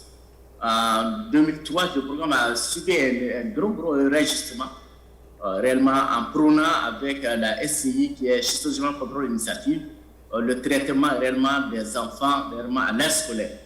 Donc, qui avait pour objectif de couvrir au moins 95% réellement de ces enfants dans des zones fortement endémiques, dont la région de Ségou, dont nous allons en parler. L'objectif de notre étude, c'était de contribuer réellement à un meilleur contrôle de la schistosomiase et helminthiase au Mali. Nous avons voulu évaluer comme objectif spécifique les campagnes de masse annuelles qui étaient menées, réellement fondées sur des données de recherche, les données opérationnelles dans le district de Ségou, les districts de Massina, dont nous ferons plus tard. Nous avons voulu compléter notre étude aussi avec une brève revue de littérature sur la campagne de masse au Mali et dans d'autres pays en dehors du Mali. Nous avons fait une étude comparative de ces données pour extraire des pistes et des facteurs d'amélioration vraiment de la stratégie actuelle et recommander cette stratégie, de proposer des études de recherche pour les évaluer qui pourraient être des pistes d'amélioration pour le pays. Donc, comme matériel et méthodologie, donc, nous nous sommes basés sur l'enquête de prévalence. L'enquête de prévalence qui a eu lieu dans 12 villages identifiés dans la zone du Mali. Can please the technical team move the slides? The slides are not moving. Yes, slide. Okay, slide, excuse me. Donc, les villages qui ont fait l'objet de ces enquêtes-là, c'était des villages qui n'ont jamais reçu de traitement de masse durant les 3 à 5 dernières années. Les enfants, surtout à l'âge scolaire, de 7 ans jusqu'à 15 ans, vraiment ont été choisis. Nous nous sommes basés aussi comme méthodologie, comme je l'ai dit, les données des résultats opérationnels, des activités des districts sanitaires de Ségou et de Massina. Je vais les développer pourquoi. Et les données de la revue de la littérature. Slides. Donc, les données opérationnelles, nous les avons tirées ici dans ces deux districts sanitaires, dans la région de Ségou. Donc, le district sanitaire de Ségou, réellement, qui est traversé par le fleuve Niger, donc il a 22 communes, donc avec 33 centres de santé opérationnels et puis 8 non fonctionnels. Le district de Massina, qui est pris dans la zone de l'Office du Niger, c'est la zone de riziculture, réellement dans la même région, réellement avec 14 aires de santé. Sorry, can the technical team move the slides forward? Because we are late. Got it. Yeah. Slide. Again. Données de routine. Okay. Les données de routine. OK. Les données de routine, ce sont les rapports d'activité réellement de 4 années que nous avons voulu comparer. Et nous allons nous trouver des consultations curatives, les ventes vraiment des comprimés de praziquantel et d'albendazole, les données par rapport aux données, les données mensuelles réellement des RMA, des rapports d'activité des districts sanitaires et la revue de la littérature. Slide, s'il vous plaît. Donc, comme premier résultat, nous avons regardé à travers les enquêtes de l'Institut de recherche en santé publique menées le long des 12 villages réellement qui a enroulé 1405 enfants réellement à l'âge scolaire, réellement avec un âge médian de 10 ans. Donc on a constaté vraiment que l'anémie était l'anémie, la microhématérie était fortement représentée chez ces enfants. Slide, s'il vous plaît. Pour les données, slide, s'il vous plaît. Pour les données de la microbiologie, de la microhématurie en fonction de l'hématobiome, de schizoma hématobiome, nous avons, comme je l'ai dit, l'anémie était présente vraiment sur plus de 80% de ces enfants-là. Donc, avec la microhématurie qui était présente sur plus de 54% de ces enfants-là. Donc, on a constaté que plus de 55% de ces enfants réellement avaient une hématurie vraiment à plus de 3 points. Ça veut dire que la forte densité de l'infection était présente le long vraiment du fleuve Niger. Slide. Donc, le district de Ségou, comme nous avons dit, nous nous sommes intéressés un peu à analyser quel était réellement le nombre de consultations curatives avant que les campagnes de masse se présentent et quel est l'impact de ces campagnes de masse. Donc, ici, nous représentons à votre gauche, donc nous voyons que les consultations curatives réellement ont continué réellement à augmenter, c'est la ligne bleue, et on continue à augmenter. Et on se disait la position que est-ce que ces campagnes ont été réellement efficaces, malgré qu'il y avait des interventions annuelles dans cette zone. Nous avons analysé aussi les couvertures de ces campagnes réellement qui sont restées à peu près stagnantes, 58% en 2006, 69%, 65%, et nous sommes dit que même en augmentant le nombre de villages, réellement la couverture n'augmentait pas de façon réellement de façon significative. Dans le district de Massina, donc, qui avait 14 aires de santé, nous nous sommes intéressés aussi. Vous avez la consultation curative, elle est toujours en hausse, malgré qu'il y a eu ces campagnes de traitement de masse, avec des couvertures que le programme a estimées, vraiment qui étaient stagnantes, 64%, 68% et 62%. Slide. Donc, nous avons dit, est-ce que ces données ne sont pas aussi suffisantes pour réellement tirer des conclusions? Intéressons-nous un peu réellement aux données de la revue de littérature. Nous avons fait la revue de la littérature donc, sur 100, à peu près 600 articles, où nous avons voulu voir réellement quel était l'impact de ces campagnes de masse. Est-ce que ça réduisait encore vraiment la morbidité, donc la morbidité de la maladie au niveau de cette population? Slide, s'il vous plaît. Donc, de ça, nous avons voulu réellement avoir des pistes réellement de propositions d'évaluation, réellement qu'est-ce qu'il faut dire. Est-ce que réellement, si ces interventions, qui étaient des interventions menées par ces structures de santé, quels étaient réellement certains critères qu'on pouvait les appliquer? La pertinence, la faisabilité, l'efficacité, la durabilité, le coût, l'accessibilité en donnant des scores. Nous avons dit, si ces campagnes étaient intégrées réellement dans l'activité des services de santé, ça allait donner encore plus d'impact, plus de force, qui connaît réellement les effets, pas des effets négatifs réellement de ces campagnes de masse sur la disponibilité de ces services de santé. Cela, s'il vous plaît. Donc, nous nous sommes dit que quels sont les pistes et les scénarios possibles. Quels étaient les scénarios qu'on pouvait développer? Comme scénario 2, nous avons dit que si on faisait un groupe sélectif, réellement, c'est ces enfants qui étaient ces enfants à risque, en exploitant des calendriers de passage de façon consensuelle, les associations de santé communautaire qui sont des organes de gestion de ces centres de santé allaient se charger eux-mêmes vraiment de mener l'activité supervisée par les chefs de santé. Donc c'était le scénario réellement en termes de coût-efficacité, donc et puis de coût-faisabilité était le plus possible. Donc ça nous a encore poussé. Donc les données insuffisantes, données de la littérature qui donnent des pistes de réflexion. Nous sommes dit, est-ce que réellement, vu tout ce qui se passe, quel est l'impact de ces traitements si le programme voulait les mettre sous directive communautaire, réellement? Est-ce que ça réduisait de façon significative la morbidité? Est-ce qu'en adoptant cette stratégie thérapeutique sous directive, on pouvait obtenir les meilleurs résultats en termes réellement de couverture sanitaire, en termes de couverture réellement de traitement, en termes vraiment de baisse de la morbidité, en termes d'acceptabilité réellement de traitement de masse? Slide, s'il vous plaît. Nous sommes dit encore, il faut des critères de jugement. Il faut des critères de jugement, donc des critères de jugement primaire, des critères de jugement secondaire. Donc, critère de jugement primaire, c'est l'efficacité au moins de deux stratégies. C'est en tenant compte du taux de couverture de la maladie. Comme critère de jugement secondaire, c'est l'acceptabilité communautaire de la maladie, c'est l'effet vraiment sur la morbidité, c'est l'effet aussi sur la morbidité aiguë et la morbidité subaiguë. Donc, quelles étaient les deux interventions que nous avons souhaité réellement guider le programme?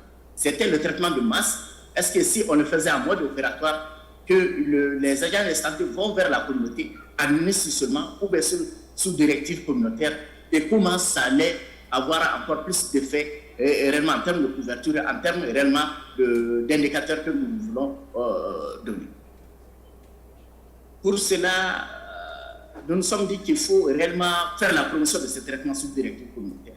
Réellement, en prenant nos hypothèses de base, de faire réellement un essai communautaire quasi-expérimental en comparant le fait de ces deux interventions, le traitement classique versus le traitement sous directive communautaire.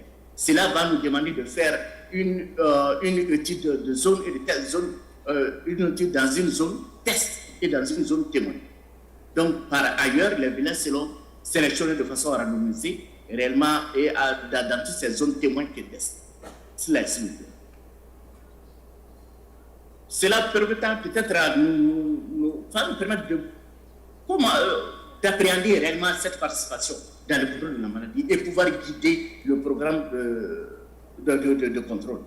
Donc, pour cela, nous avons mis certains critères vraiment de l'évaluation de l'impact, de la capacité de donner de l'engouement réellement à ces centres de santé, à ces communautés-là, à renforcer les capacités organisationnelles, les capacités de gestion et d'avoir la mobilisation des ressources ou même au niveau local réellement pour compléter vraiment des fonds extérieurs aux besoins. Donc, c'est encore plus de réflexion que nous sommes en train de nourrir réellement pour essayer d'aider le programme réellement à être plus efficace en présence vraiment de la baisse réellement des financements, en présence réellement de l'augmentation réellement de la morbidité qui existe dans la zone. Je vous partage ainsi l'image de la zone de Ségou, où vous voyez que les activités dans un village, les activités domestiques se font le bord réellement d'un canal d'eau. Vous voyez aussi à Somono-Doubouni aussi, où réellement c'est la même, donc ça veut dire que le biotope existe, ça veut dire que la maladie encore existe parce que la revue des registres de consultation nous trouve encore qu'il y a des cas existants. Slide, please. Donc, je vous remercie. Je vous remercie. Ok, merci beaucoup, docteur. Merci, monsieur le président. Yeah, thank you so much, Dr. Diarra, for the presentation, for the brilliant presentation. We are going to pass to the questions, if there are questions. Yeah?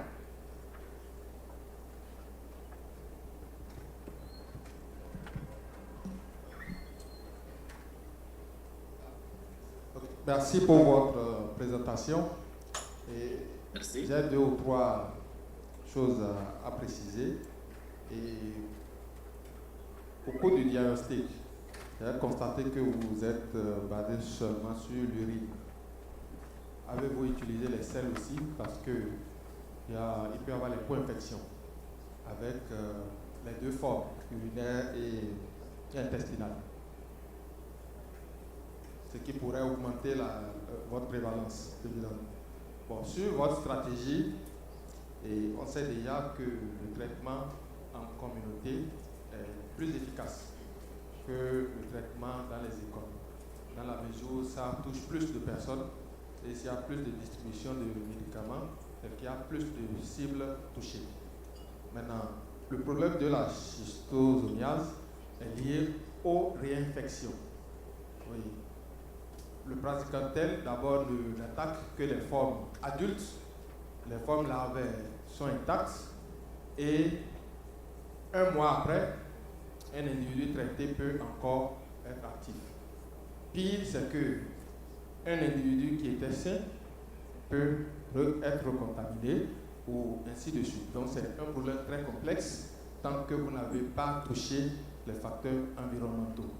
Donc c'est ce qui fait que l'Organisation mondiale de la santé préconise d'agir sur la mobilité en ciblant les groupes à risque. Donc voilà.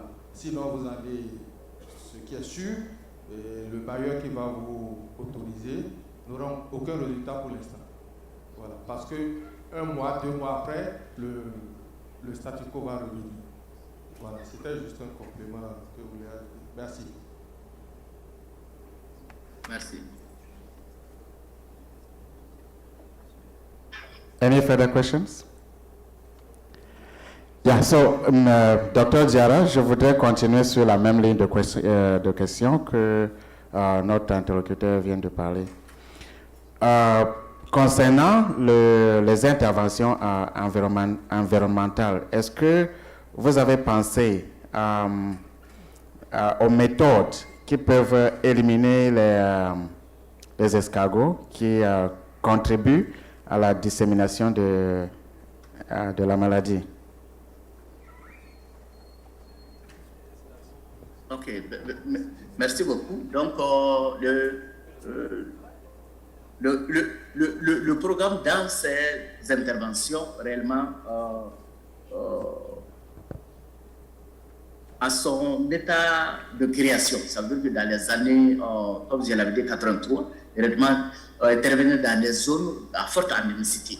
Mais réellement, compte tenu réellement de la situation géographique de la région de Ségou, qui est une zone qui irrigue l'office du Niger en termes de production de riziculture, de tel type d'intervention va demander réellement une collaboration multisectorielle avec le ministère de l'Environnement, beaucoup d'autres intervenants pour réellement mettre en place de tels types d'intervention. Mais c'est pourquoi réellement, c'était, comme l'avait dit le prédécesseur, c'était le focus réellement sur réellement la réduction de la morbidité et l'environnement réellement en essayant de conseiller des systèmes vraiment de sensibilisation pour le changement de comportement de la population. Okay, merci beaucoup. Is there any other questions? Yeah, in fact, I have a small story about schistosomiasis. So when I first arrived in South Africa, I was doing research on intestinal parasites, working on entamoeba. So every time I went to the hospital, I couldn't find stool samples, so I kept on finding urine samples. So then I decided to do research on schistosomiasis. So I went to a village. When I arrived there, so they were telling me a story that most children were urinating blood, and those children who were not urinating blood were worried that they were not normal. So their friends were telling them that, no, you are not urinating urine, so you are not a real man. Yes, that's true. So sometimes, a disease situation, because it's so common, people tend to think that it's natural. But looking at the impact on micro, anemia, then we can understand that the impact could be really, really very important.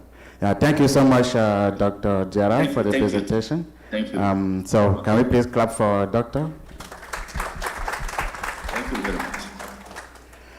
Okay, so we reached the end of this very short sessions, and I think that the debate was quite interesting. We will have to move to the coffee break and also to the poster presentations. Yeah, I wish you well for the rest of the conference, and I'm very glad to be here. And I hope that we all take advantage, of this meeting, and that we hope that there will be the next time, for the WANIDA conference. Thank you so much.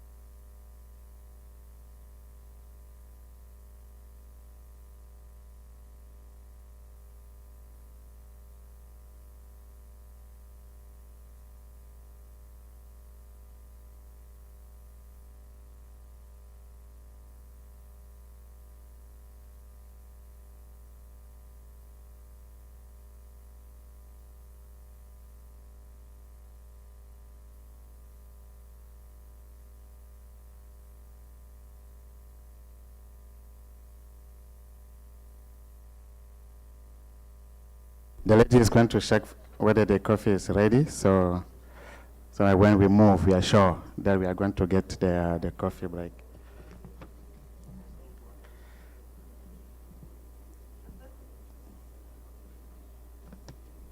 Okay, so there's 5 minutes. Maybe, okay. Okay. Then if you can have one presentation. So since we're waiting for them to set up, we could, because it's coffee break and, going for poster session, so you could stretch, you could network for the 5 minutes, and then when it's all set, we can go in and then have a break, and then we go into the coffee, the poster session as well. So it's, coffee break, poster session. So those who were already in the poster session that they couldn't finish, they could just go and continue, and then grab coffee and tea, and then come back, yeah. Right, so time to network.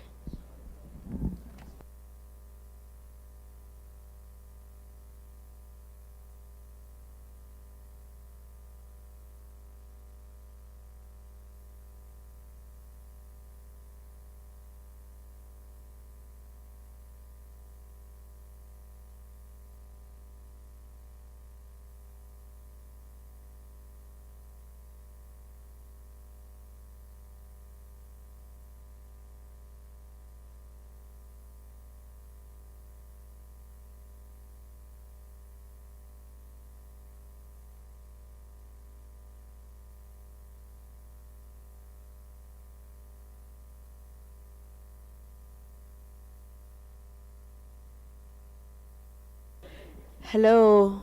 Please, if you're not ready for the coffee break, would you want us to continue with some part of the presentation? Yeah? Right, I think majority want us to stay on and, continue. So please, let's, you can grab your coffee and sit, and then, you still listen to the presenter. Or you wait, and then, we sit for maybe the next 30 minutes, and then we can now go for the coffee break, and we allow them to set up as well, yeah? So yes, let's continue then. Right, so quickly, let me just introduce our next chair, who will come and, take over from me.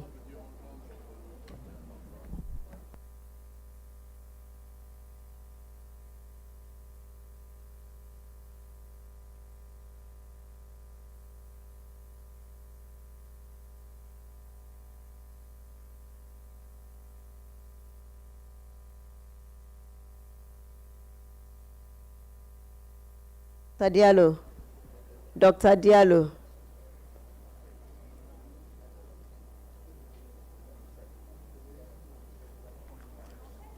Diallo, right? Yes, this one. What's his name? Diallo. Dr. Mamadou. Diallo. Am I pronouncing it well? He's grabbing tea or missing in action?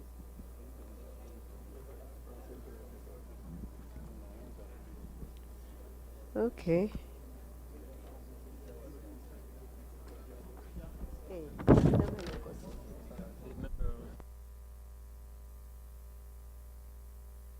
Dr. Diallo.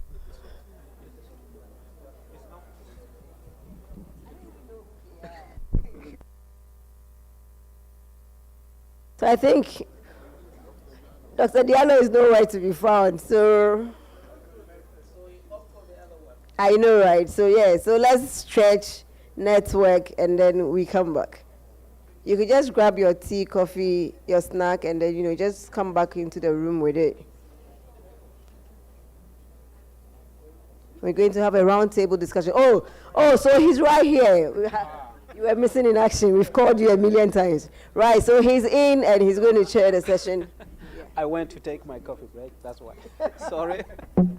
Yes. Right, so you're chairing this section. Yep. Then when you're done, we'll take a coffee break before we have this session. Okay, because perfect. we ate not long ago, so we don't really want people are full. So just do the round table session, and then after which we'll break before we have this. Okay, thank you very much. So I would like to keep you around so that we can have many chances with these guys. Yes. Okay. Alain? Gausu, I think. Okay. Lamine, is Lamine around? Yes. Yes, Lamine, Gausu. I think Gautu is Dauda, yes. Yes. Kidot. Yes, Gausu Kamara. Mathieu Akale. Yeah, Akale. Online. Okay. Okay. Yes.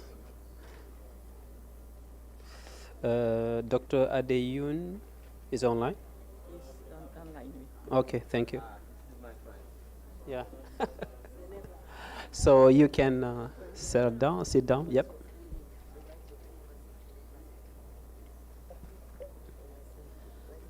Take a seat here. Yeah. Yeah, okay. Maybe you can come sit down here. Yeah. Go sit down. Yes. Okay. Oh yes. Are you? Yeah, you can get there. Okay.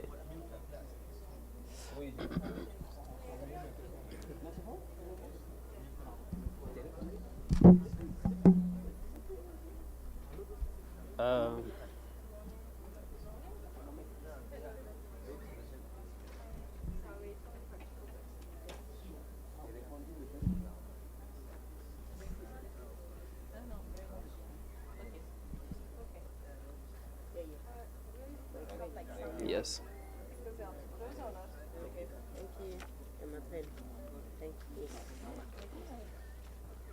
You okay? Should I stand here? Est-ce que je peux rester debout là? Okay.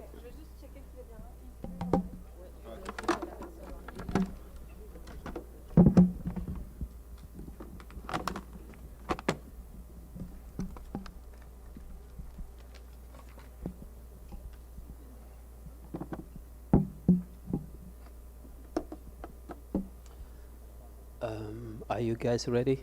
Yes. Okay. So thank you very much. I'm very happy to welcome you around this topic, which is the innovative technology in response to Africa's health challenge. We are having Dr. Ade Nouyin, a postdoctoral fellow from Broad University. Is he around? Doctor, okay, thank you. He's online. Professor Dauda Mama, Director, National Water Institute in Benin, Sustainable Water Management Network. Netwater, yes. Can you? Yes, show you. Okay, thank you. We have online Dr. Mamadou Lamine Ba. On-site. Okay, on-site, Dr. Mamadou Lamine Ba. AI-based analytical framework for the prevention and monitoring of cardiovascular diseases in Africa, AI for cardio. Thank you. The next is Dr. Boladele Matthew Akanle, Federal Genomic FedGen Project, Convenant Applied Informatics and Communication, Africa Center Excellence. Thank you. We have Professor Gausu Kamara, National Medical Information System for Senegalese. Yes, Senegalese CMS project. So thank you very much. I think we go straight by starting with Dr. Adewuye. Yeah. Go ahead. Thank you.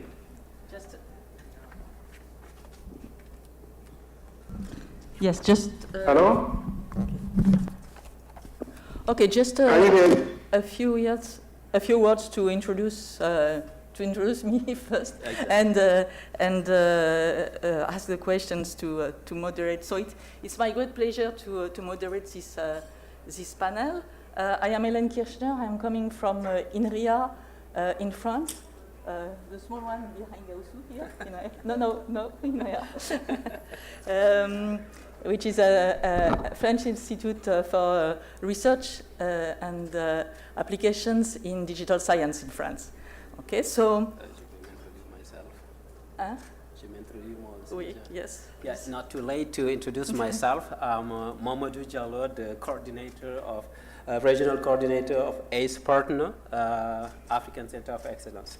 Yes. Yeah, and I am actually the scientific advisor for the Network in Digital Science and Technology, DSTN, and it's a great pleasure for us to have this opportunity to talk about digital technologies in relation with health.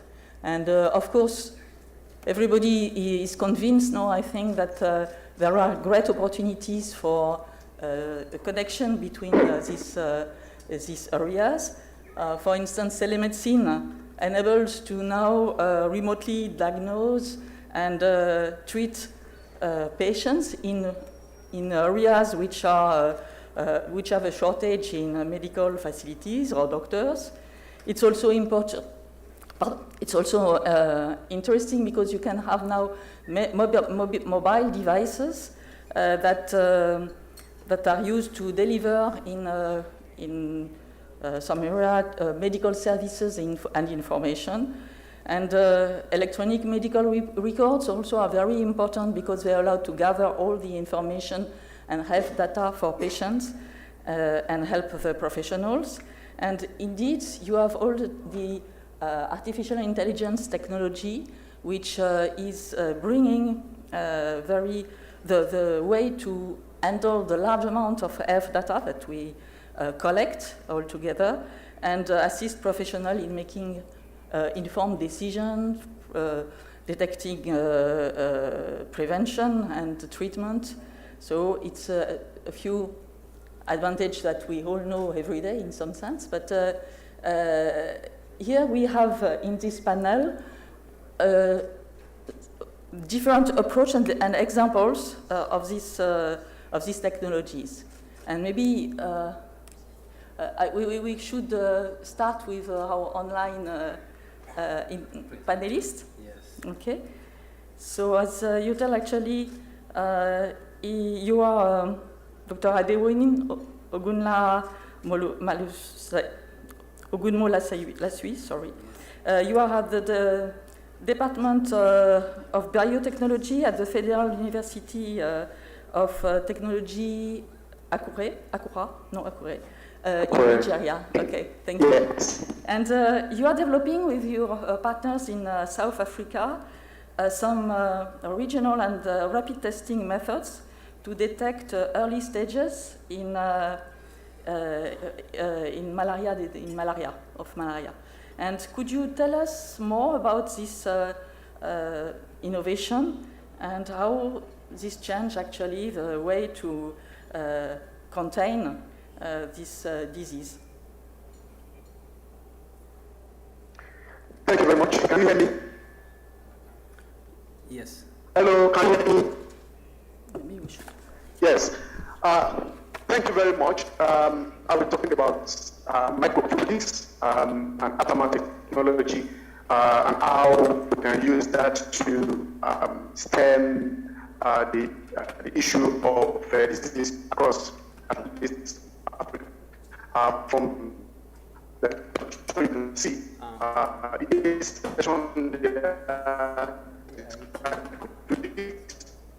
and the fluidity that is very much to normal ROC time, normal RDT, like pregnancy strip.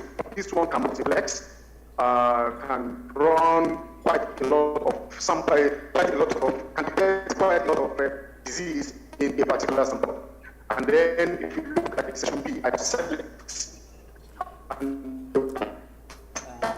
So I'm sorry, it doesn't work well.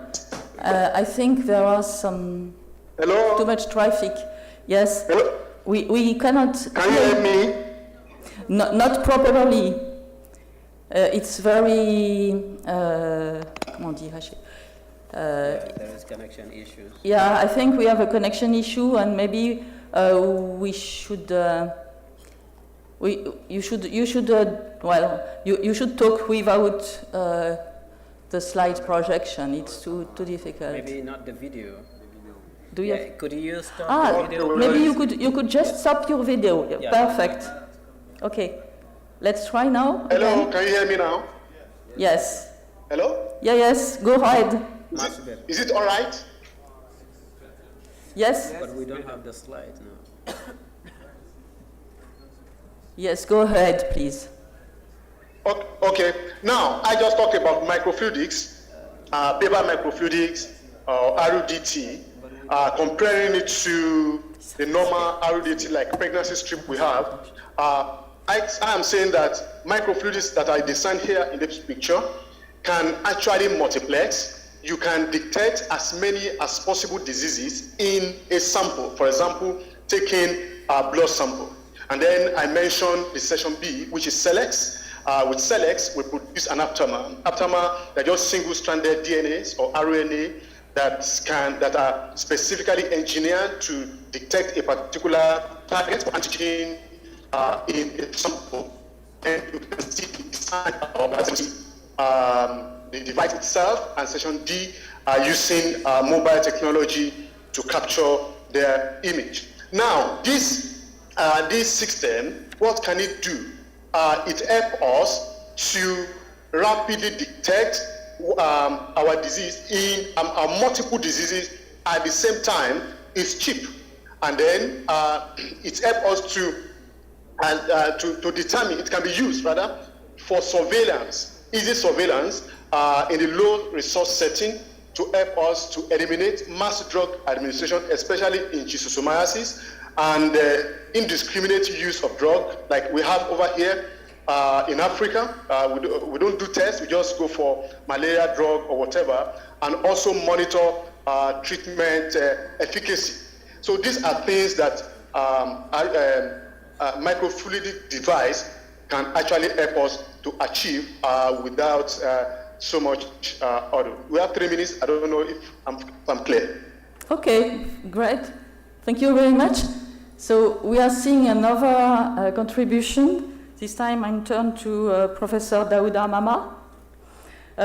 You are the director of National Water Institute in Benin, and so a member of the Net Water Network. And of course, water is a great vector for spreading the transmittable diseases. And you have a special experience in Benin to develop a better understanding of this interaction. And you have worked recently with hospitals in Benin to analyze water rejections. And could you please tell us more about this experiment, the result that you get, and how it was led?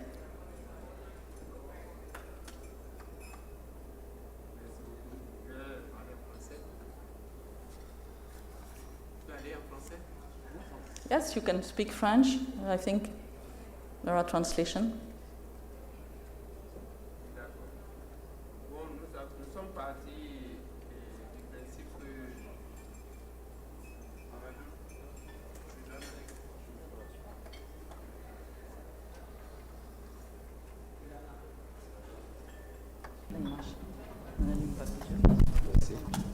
Merci. Merci à tous. Au niveau du Bénin, nous avons bénéficié, dans le cadre de nos activités, d'un financement de l'Université de la Boumé-Calavi pour travailler sur les effluents hospitaliers qui rejettent sans traitement les effluents dans les plans d'eau, notamment le lac Nokoué à Cotonou et au niveau de la mer. Donc on s'est intéressé d'abord à caractériser le contenu de ces effluents et on s'est rendu compte qu'il y avait un certain nombre de polluants, notamment les antibiotiques et d'autres éléments pathogènes. Et après cette caractérisation et vu le risque sanitaire qu'il y avait, il fallait trouver des méthodes adéquates pour pouvoir faire face. Et pour cela, nous avons constitué une équipe pluridisciplinaire où nous avions des spécialistes qui travaillaient. Des spécialistes. C'est bon. Donc, des spécialistes qui parlent. Je ne sais pas pourquoi. Nous avions donc des spécialistes qui travaillaient beaucoup plus sur les molécules, et nous avons d'autres spécialistes qui travaillent sur les matériaux locaux qu'on pourrait utiliser pour pouvoir piéger les antibiotiques qui sont issus de ces effluents. Il faut rappeler en tant que les antibiotiques dans l'environnement ou bien les produits de soins, les produits pharmaceutiques de soins qui se retrouvent dans ces effluents peuvent rentrer dans la chaîne alimentaire et être en contact avec les produits halieutiques, notamment les poissons et autres, et rentrer dans la chaîne alimentaire. Du coup, cela va constituer un élément de résistance au niveau de l'homme par rapport aux besoins de soins par la suite. Donc, faisant face à une telle préoccupation, nous avons cherché à voir comment est-ce qu'on pourrait en amont arrêter et détruire ces antibiotiques avant que cela ne vienne au niveau de l'environnement. Ce qui nous a amené à explorer deux axes. Le premier axe, c'est l'utilisation des argiles. L'argile naturelle que l'on retrouve quand même dans le pays, au Bénin par exemple. Et ces argiles, il fallait les modifier pour former des membranes géopolymères qui pourront piéger un certain nombre de polluants. Mais cela ne suffira pas. Il faut alors après ajouter à cela une autre méthode qui est l'électro-oxydation. Donc, on a essayé d'explorer l'électro-oxydation pour que ces molécules puissent être également détruites, et à partir de la création avec un petit courant, ça permettrait donc de détruire ces molécules. Et finalement, l'élément que nous proposons, c'est un couplage. Un couplage au niveau d'un dispositif contenant de l'argile modifié, travaillé, une thèse sur laquelle une thèse a eu à travailler, et également l'électro-oxydation que nous couplons pour pouvoir atteindre l'objectif de dégradation. Il faut dire qu'en termes de publication, par rapport à la première partie, nous avons déjà publié pour connaître un peu la composition, la caractérisation de tout ce qu'il y a comme élément, comme substance issue de ces centres hospitaliers. Il reste à valider maintenant l'efficacité du prototype mis en place au niveau technologique pour pouvoir améliorer ce traitement-là. Et on pense après utiliser l'énergie solaire en complément pour ne pas dépendre d'une énergie qui va coûter cher à la population, et proposer cela au centre de santé. Voilà l'approche que nous avons développée au Bénin. Merci. Okay, thank you very much for this example of pluridisciplinarity in the project, which is quite remarkable.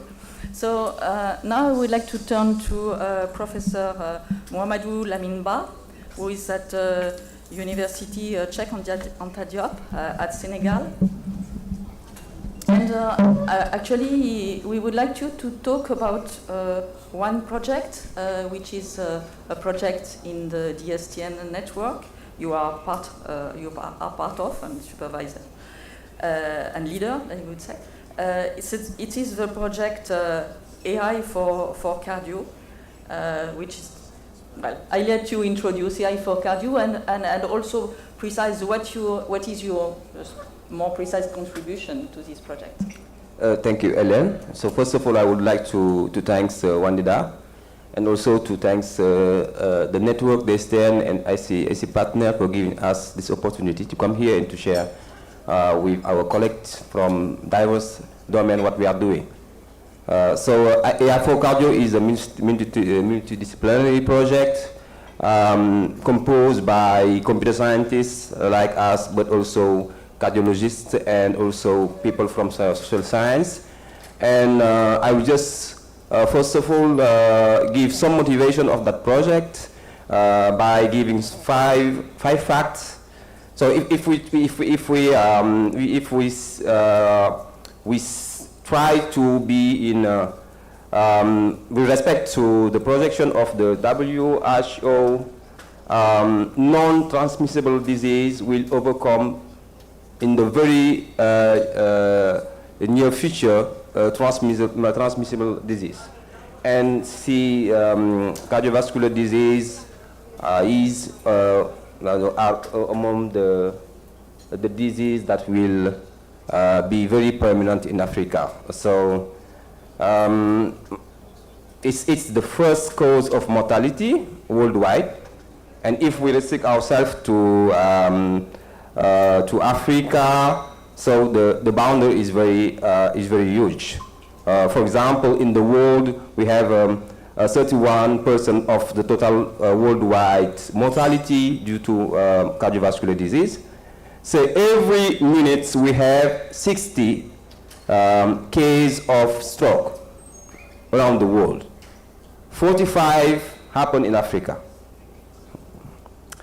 And we have in total 17 billion of deaths that happen before 6 years old. So those statistics show how this kind of disease are a real problem for our continent. In Senegal, where the project is implemented, and also in Benin, because the project is in partnership with colleagues from Benin, cardiologists and also computer scientists. In Senegal, for example, we have 150 cardiologists. If we compare the number of cardiologists we have in Senegal and the total number of citizens, which is 17 million of Senegalese, so you see the ratio is very low. And also, I can continue in terms of infrastructure for healthcare, for biological analysis, etc. So we are very far from the standards. So AR4Cardio goal is to, I will just try to summarize the goal in 3 points. The first one is to improve data management and analysis in cardiology in Africa by digitalization and AI. And this goal comes from discussions, exchanges we had with the cardiologists. And they typically tell us the first problem we have is how to better manage the data we have in hand, the data about the patients and about the process. And then how to be able to provide services that will help us in our decision-making process. So the first goal of this project is to help the cardiologists in these directions. The second one is to set strategies or tools that will enable on-site and outside automatic monitoring of patients using IoTs and AI. Why? Because we lack resources. Okay, we lack resources for healthcare on site. So the idea is to see how to get this lack of resources. And one direction is to use AI and IoT that will help to be able to also follow up patients that suffer from some cardiovascular disease, even if they are at home.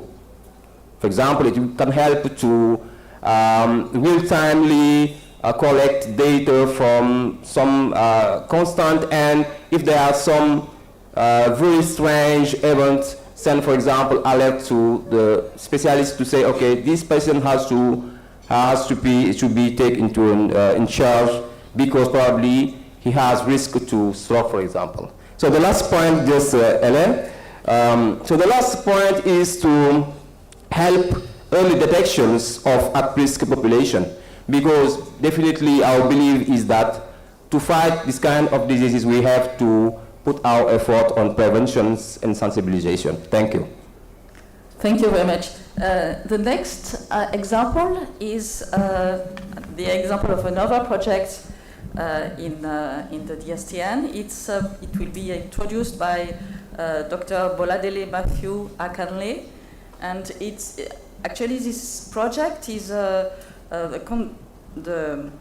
construction. It's called FEGEN. It's a construction of Federated Genomics Cloud Platform, but and it's a very big project led at the Capik Center in Nigeria, and Professor Akanley is part of it, but he will especially talk about a specific part of this project, which is a concern with public health information systems in some disease. So please, can you project the yes, perfect, and I give you the floor. Thank you very much, Ma. First and foremost, I want to appreciate the organizer of this great event. It's been very, very informative, and also I want to appreciate DSTN for all the support they have been giving our CAPI case in achieving some of our goals. Yes, CAPI case has been working on a particular project. We call it FedGen, meaning Federated Genomic, and it's a large project. So I will just be speaking on a particular aspect of the project. We have some aim and objective concerning this project. Number one is as it relates to health education, and then secondly, early diagnosis, and again about precision medicine. Precision medication. But I will focus on the part of the health education in our discussion right now, talking about public health information system. We have found that thus far in Africa, we have done quite a number of research. Even right here, we have seen quite a number of discussion among ourselves of different kind of research that we have done. But unfortunately, what we have lacked is ensuring of this information to probably other researchers, even practitioners, even people that are the domain experts. Let's talk about maybe medical doctors and things like that. This particular public health information we are working on focuses on cancer and malaria. To be more specific, on prostate cancer and at the same time breast cancer.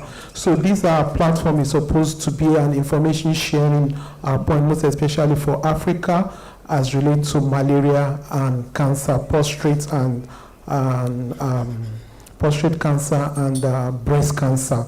So if you look at probably the time we had COVID-19, we discovered there are quite a number of fake news.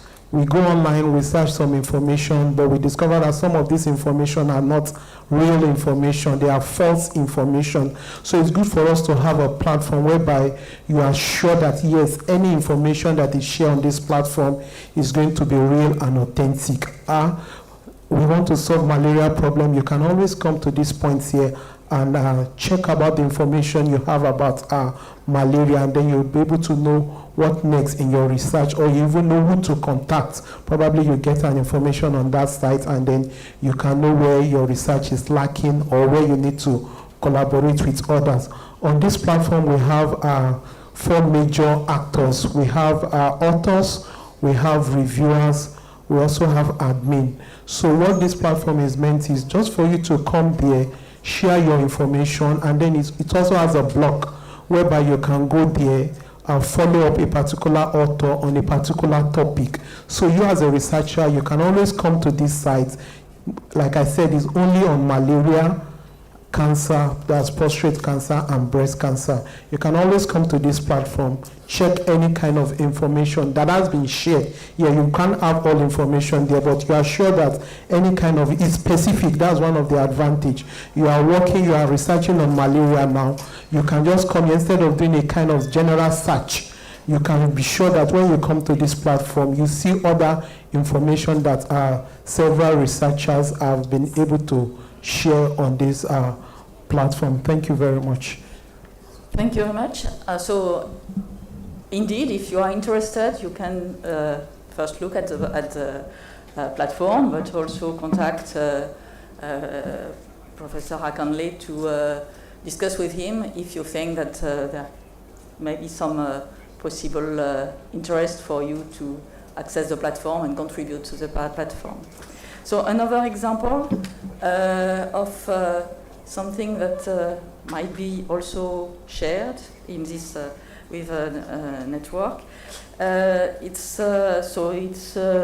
introduced by Dr. Gausu Kamara, a lot of you already know him. He's a professor at University Alioune Diop at Bambabege in Senegal, and he is also the coordinator of the DSTN network.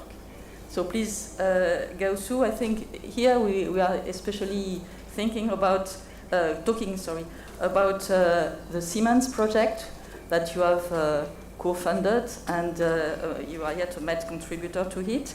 And I let you present what is Siemens. Ok, merci beaucoup Hélène pour l'introduction. Je remercie également donc, mes deux collègues qui ont partagé des initiatives dans le cadre du DSTN, qui est l'un des réseaux du programme S-Partner, le réseau frère du réseau WANIDA et deux autres réseaux dans le domaine des mines et de l'eau. Donc, le projet Siemens au Sénégal, c'est un projet que nous avons conçu, mon directeur de thèse et moi, quand j'étais en master. C'est vrai que ça s'appelle Système d'information médicale nationale pour le Sénégal.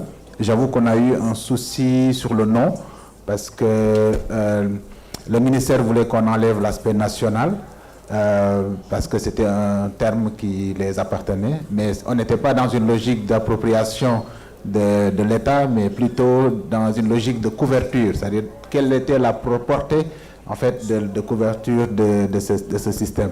Donc ce n'est pas le système du ministère, mais nous l'avons conçu de sorte que si le ministère veut l'adopter au niveau national, que ce genre de système puisse être déployé assez facilement. Mais je vais quand même préciser que la politique du ministère n'est pas d'adopter un système unique au niveau national, mais c'est de laisser à chaque structure sanitaire de pouvoir choisir son système, à la seule condition que ce système soit interopérable avec les autres systèmes des autres structures de santé, mais aussi avec les systèmes qui sont au niveau du ministère et qui ont besoin d'extraire ces données de routine et de les analyser pour développer des politiques publiques en santé. Donc nous avons monté ce projet.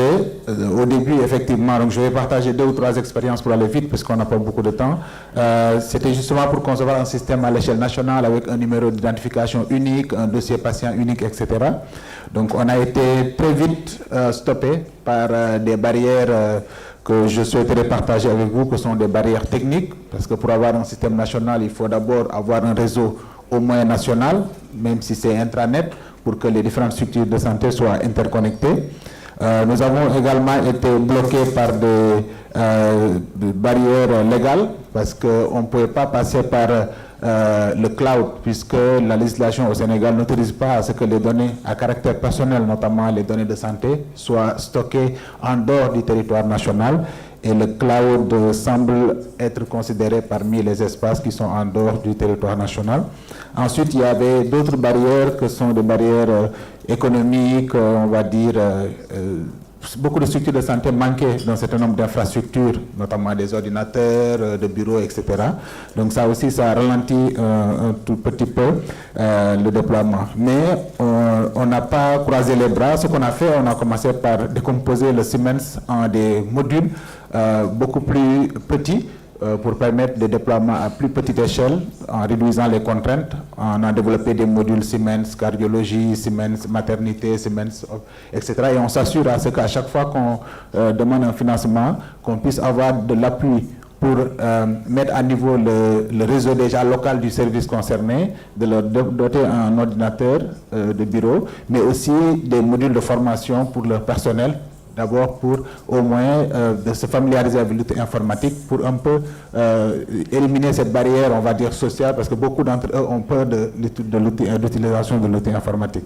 Donc on a essayé vraiment de trouver à chaque fois des solutions alternatives qui permettraient en fait de mieux déployer ces outils, mais aussi de les faire adopter. Et pour l'adoption, notre stratégie a été à chaque fois de montrer des cas d'utilisation sur comment ils peuvent bénéficier, en fait, comment cet outil peut améliorer leur travail. Un exemple simple, il y a DHIS2, qui est un logiciel qu'utilisent beaucoup de pays de la sous-région pour collecter des données statistiques de façon hebdomadaire. Et en utilisant les registres, les médecins avaient beaucoup de difficultés, notamment les majors des services, pour compter les statistiques sur le nombre de pathologies, etc. Donc avec notre système, on était capable de leur générer ça d'un seul clic à la fin de la semaine, et ensuite ils n'avaient qu'à attacher ça à leur compte rendu. Donc ils voyaient tout de suite des avantages à utiliser ce système, au moins sur la difficulté de travail au quotidien. Maintenant, reste à aller évaluer encore beaucoup plus loin l'impact de ces types de systèmes dans l'amélioration de la qualité de la prise en charge, ce qui est évident, mais il faut encore le prouver avec des données. Donc, bon, je vais peut-être m'arrêter là parce qu'on n'a pas forcément beaucoup de temps. Donc, merci beaucoup pour votre attention. So thank you. We have these 5 experience. So I don't know if very briefly you want to ask in the room some questions about one of those presentation. Okay. If not, we can maybe yes. Yeah, go ahead. With the permission of the organizer, I have some flyers here that I just want to share among us here, just for us to know the way to sign up on those. Great. So there will be a flyer available for the system NetGenFis. If you want to have it, so okay. Please, I want to encourage us to just try as much as possible to sign up. We are here as a researchers, and we have been talking about the issue of collaboration. We have not been collaborating well among researchers in Africa, and we have not been sharing information the way we are supposed to share information. So I want to encourage us, as many of us that is working on malaria, cancer, as prostate or breast cancer, please let's take these flyers and sign up on this platform and begin to share our information. So the guide, step-by-step guide is actually in this flyer. Thank you very much. Okay, so maybe I have a last general question to all the panelists, which is, well, you are all involved in collaboration between different scientists in different domains, or with medical staff and hospital and so. And what would be you cannot work without them, and they cannot somehow make progress without you. So, what, in your opinion, would be the major obstacle that we need to bridge, to go over, to better work in this pluridisciplinary framework, and especially with medical staff? Is one of you wanting to take, or should I make a short round? So, Professor Ogunmola Esui, are you yet online? No? Okay, so... Yes. Okay. Can you repeat it again? Did you hear my question? Yes, please, can you repeat it? Yes, you are collaborating. You are yourself, if I understand correctly, a physicist and a physiochemist. And how do you work with the medical staff to get the problem or the innovation you want to address? Do you have how do you interact with these communities? Yes, very briefly, just to explain. Yes. Yes. Actually, currently I have about 3 doctors, medical doctors I collaborate with. One is located at Anchor University, another one at University College Hospital, University of Ibadan, and also I'm working with Ministry of Health, Ogun State, Nigeria. I've gone to that place, and then, in fact, my last project, I obtained my ethical clearance from Ogun State Ministry of Health to visit some of the interior villages where my devices, my diagnostic devices, could be applied in the long run. Okay, thank you very much. Professor Laminba, could you say something? Oui, je vais juste être bref. Donc moi, l'expérience que j'ai eue avec, c'est que les médecins, par exemple, sont très... Je sais que les médecins sont très occupés. Donc quand vous travaillez avec eux dans un projet, il faut que vous soyez patient et que aussi vous ayez un discours qu'ils peuvent comprendre. D'accord? Que l'impact que vous avez à leur offrir dans leur domaine, que vous puissiez le transmettre de façon non technique. Parce que des fois, quand on est trop dans le technique, eux, ils ont des problèmes pour comprendre. Donc la patience, donc ça c'est quelque chose que j'ai appris, il faut être très patient quand on travaille avec les médecins parce qu'ils n'ont pas beaucoup de temps. L'autre chose que j'ai appris, c'est que si je veux travailler avec plusieurs pays, avec des médecins différents, pour faire accepter les médecins de quelque chose, il faut toujours dans un meeting qu'il y ait des médecins des pays impliqués. Parce que les médecins sont plus enclins à accepter quelque chose si leur collègue l'a déjà accepté. Donc ça, c'est vraiment quelque chose que je voulais partager avec vous. Mais c'est des gens qui aiment l'innovation. Bizarrement, c'est des gens qui aiment l'innovation. Mais du fait de notre manque de temps en Afrique, ils se disent, OK, soit c'est pragmatique, soit ça me fait perdre du temps. Et si ça me fait perdre du temps, j'ai autre chose à faire, je vais faire autre chose. Merci. Okay. Professeur Mamadou, Professeur Daouda Mama. Oui, pour ce qui concerne le cas du Bénin, nous avons eu la chance de travailler avec quelqu'un qui n'était pas médecin en tant que tel, mais qui était de la santé publique. Il intervenait à l'IRSP et il était le directeur de l'hygiène et de l'assainissement de l'hôpital, du plus grand hôpital de Cotonou, c'est-à-dire le CNHU. Donc, il était lui-même dans le programme. À partir, ça a facilité la tâche et c'est lui qui a pris le devant pour intervenir au niveau des médecins. Comme il a l'habitude de travailler avec eux à l'hôpital, ça a simplifié la tâche. Voilà.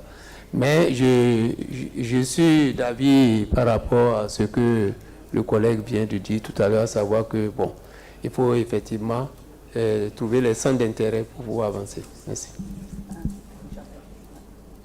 Je finis quand même. So, just one or two last words. We want to... Gaussou, you want to say something? Oui, donc merci beaucoup encore. C'est vrai que c'est une excellente question. Souvent, beaucoup de collègues me demandent comment j'ai fait pendant toutes ces années pour arriver à convaincre les médecins à travailler ou à... Alors, moi, ce que je me dis, c'est qu'il faut arriver à leur proposer des outils qui permettent de régler leurs problèmes. J'ai plusieurs exemples, mais pour généraliser, ma philosophie ou ma démarche est de dire, il faut d'abord s'imprégner de leur travail. On ne peut pas vouloir régler le problème de quelqu'un si on ne connaît pas réellement c'est quoi son travail. Donc la plupart du temps, nos étudiants font beaucoup de terrain au niveau des services médicaux. Quand vous êtes en stage de master, vous pouvez passer une semaine à l'hôpital pour voir comment ils font. Souvent même, il y a des étudiants qui entrent dans des blocs opératoires, dans des salles de réanimation, parce qu'il faut qu'ils voient réellement comment ils travaillent. Et l'objectif étant d'identifier les problèmes les plus difficiles qu'on va commencer par résoudre et ensuite s'attaquer aux problèmes les plus récurrents. Les problèmes les plus difficiles et les plus récurrents. Ça, si vous proposez une solution, vous dites que je vais vous proposer une solution pour ça, vous captez l'attention en fait de votre interlocuteur. Mais si vous vous attaquez à un problème, vous dites ok, je vais vous proposer telle solution, alors que ça, c'est vrai, c'est un problème, mais ça m'arrive une fois dans l'année, et puis bon, j'ai des moyens alternatifs pour les régler. Donc, vous ne créez pas forcément un contact faible. Okay, thank you very much. I'm sorry to have to conclude so briefly, so abruptly, but do you want to say a last thing? Okay, we can stop here. So thank you very much. Yes, because we come to the end of the session. I'm sorry for this short page and abrupt hand. So thank you very much to all the panelists, and including our guests online, and to all of you to stay until the end. Thank you. So thank you very much. Applause for our interveners. Okay, so now we can go to the coffee break, and we have 10 minutes. Sorry? Most of them have? Okay. Okay, go ahead. So we go to our breakout session, and we'll be back in 10 minutes. 10? We have just 10 minutes, right? Yeah, we have 10 minutes before he in here. They will be back at... So they should just go down for the breakout sessions. Okay. Okay. They should do the breakout sessions. So you're still chairing? Yeah, I'm still chairing. So we should continue with the breakout sessions. Yeah. Those who want to go for this talk can go to the other room. Oh, yes. Okay. Okay, good. Okay, so let's go to our breakout session. Then we will call... Yeah, the other side. These two on the other side? Mm-hmm. So we...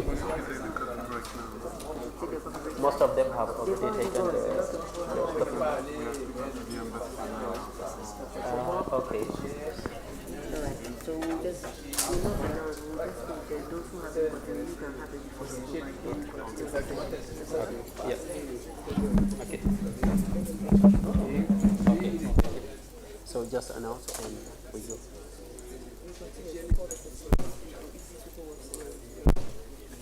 Okay. The first one is cancelled. Yeah, the first one is cancelled. These two are... Next one is online. Okay, good. This one is online.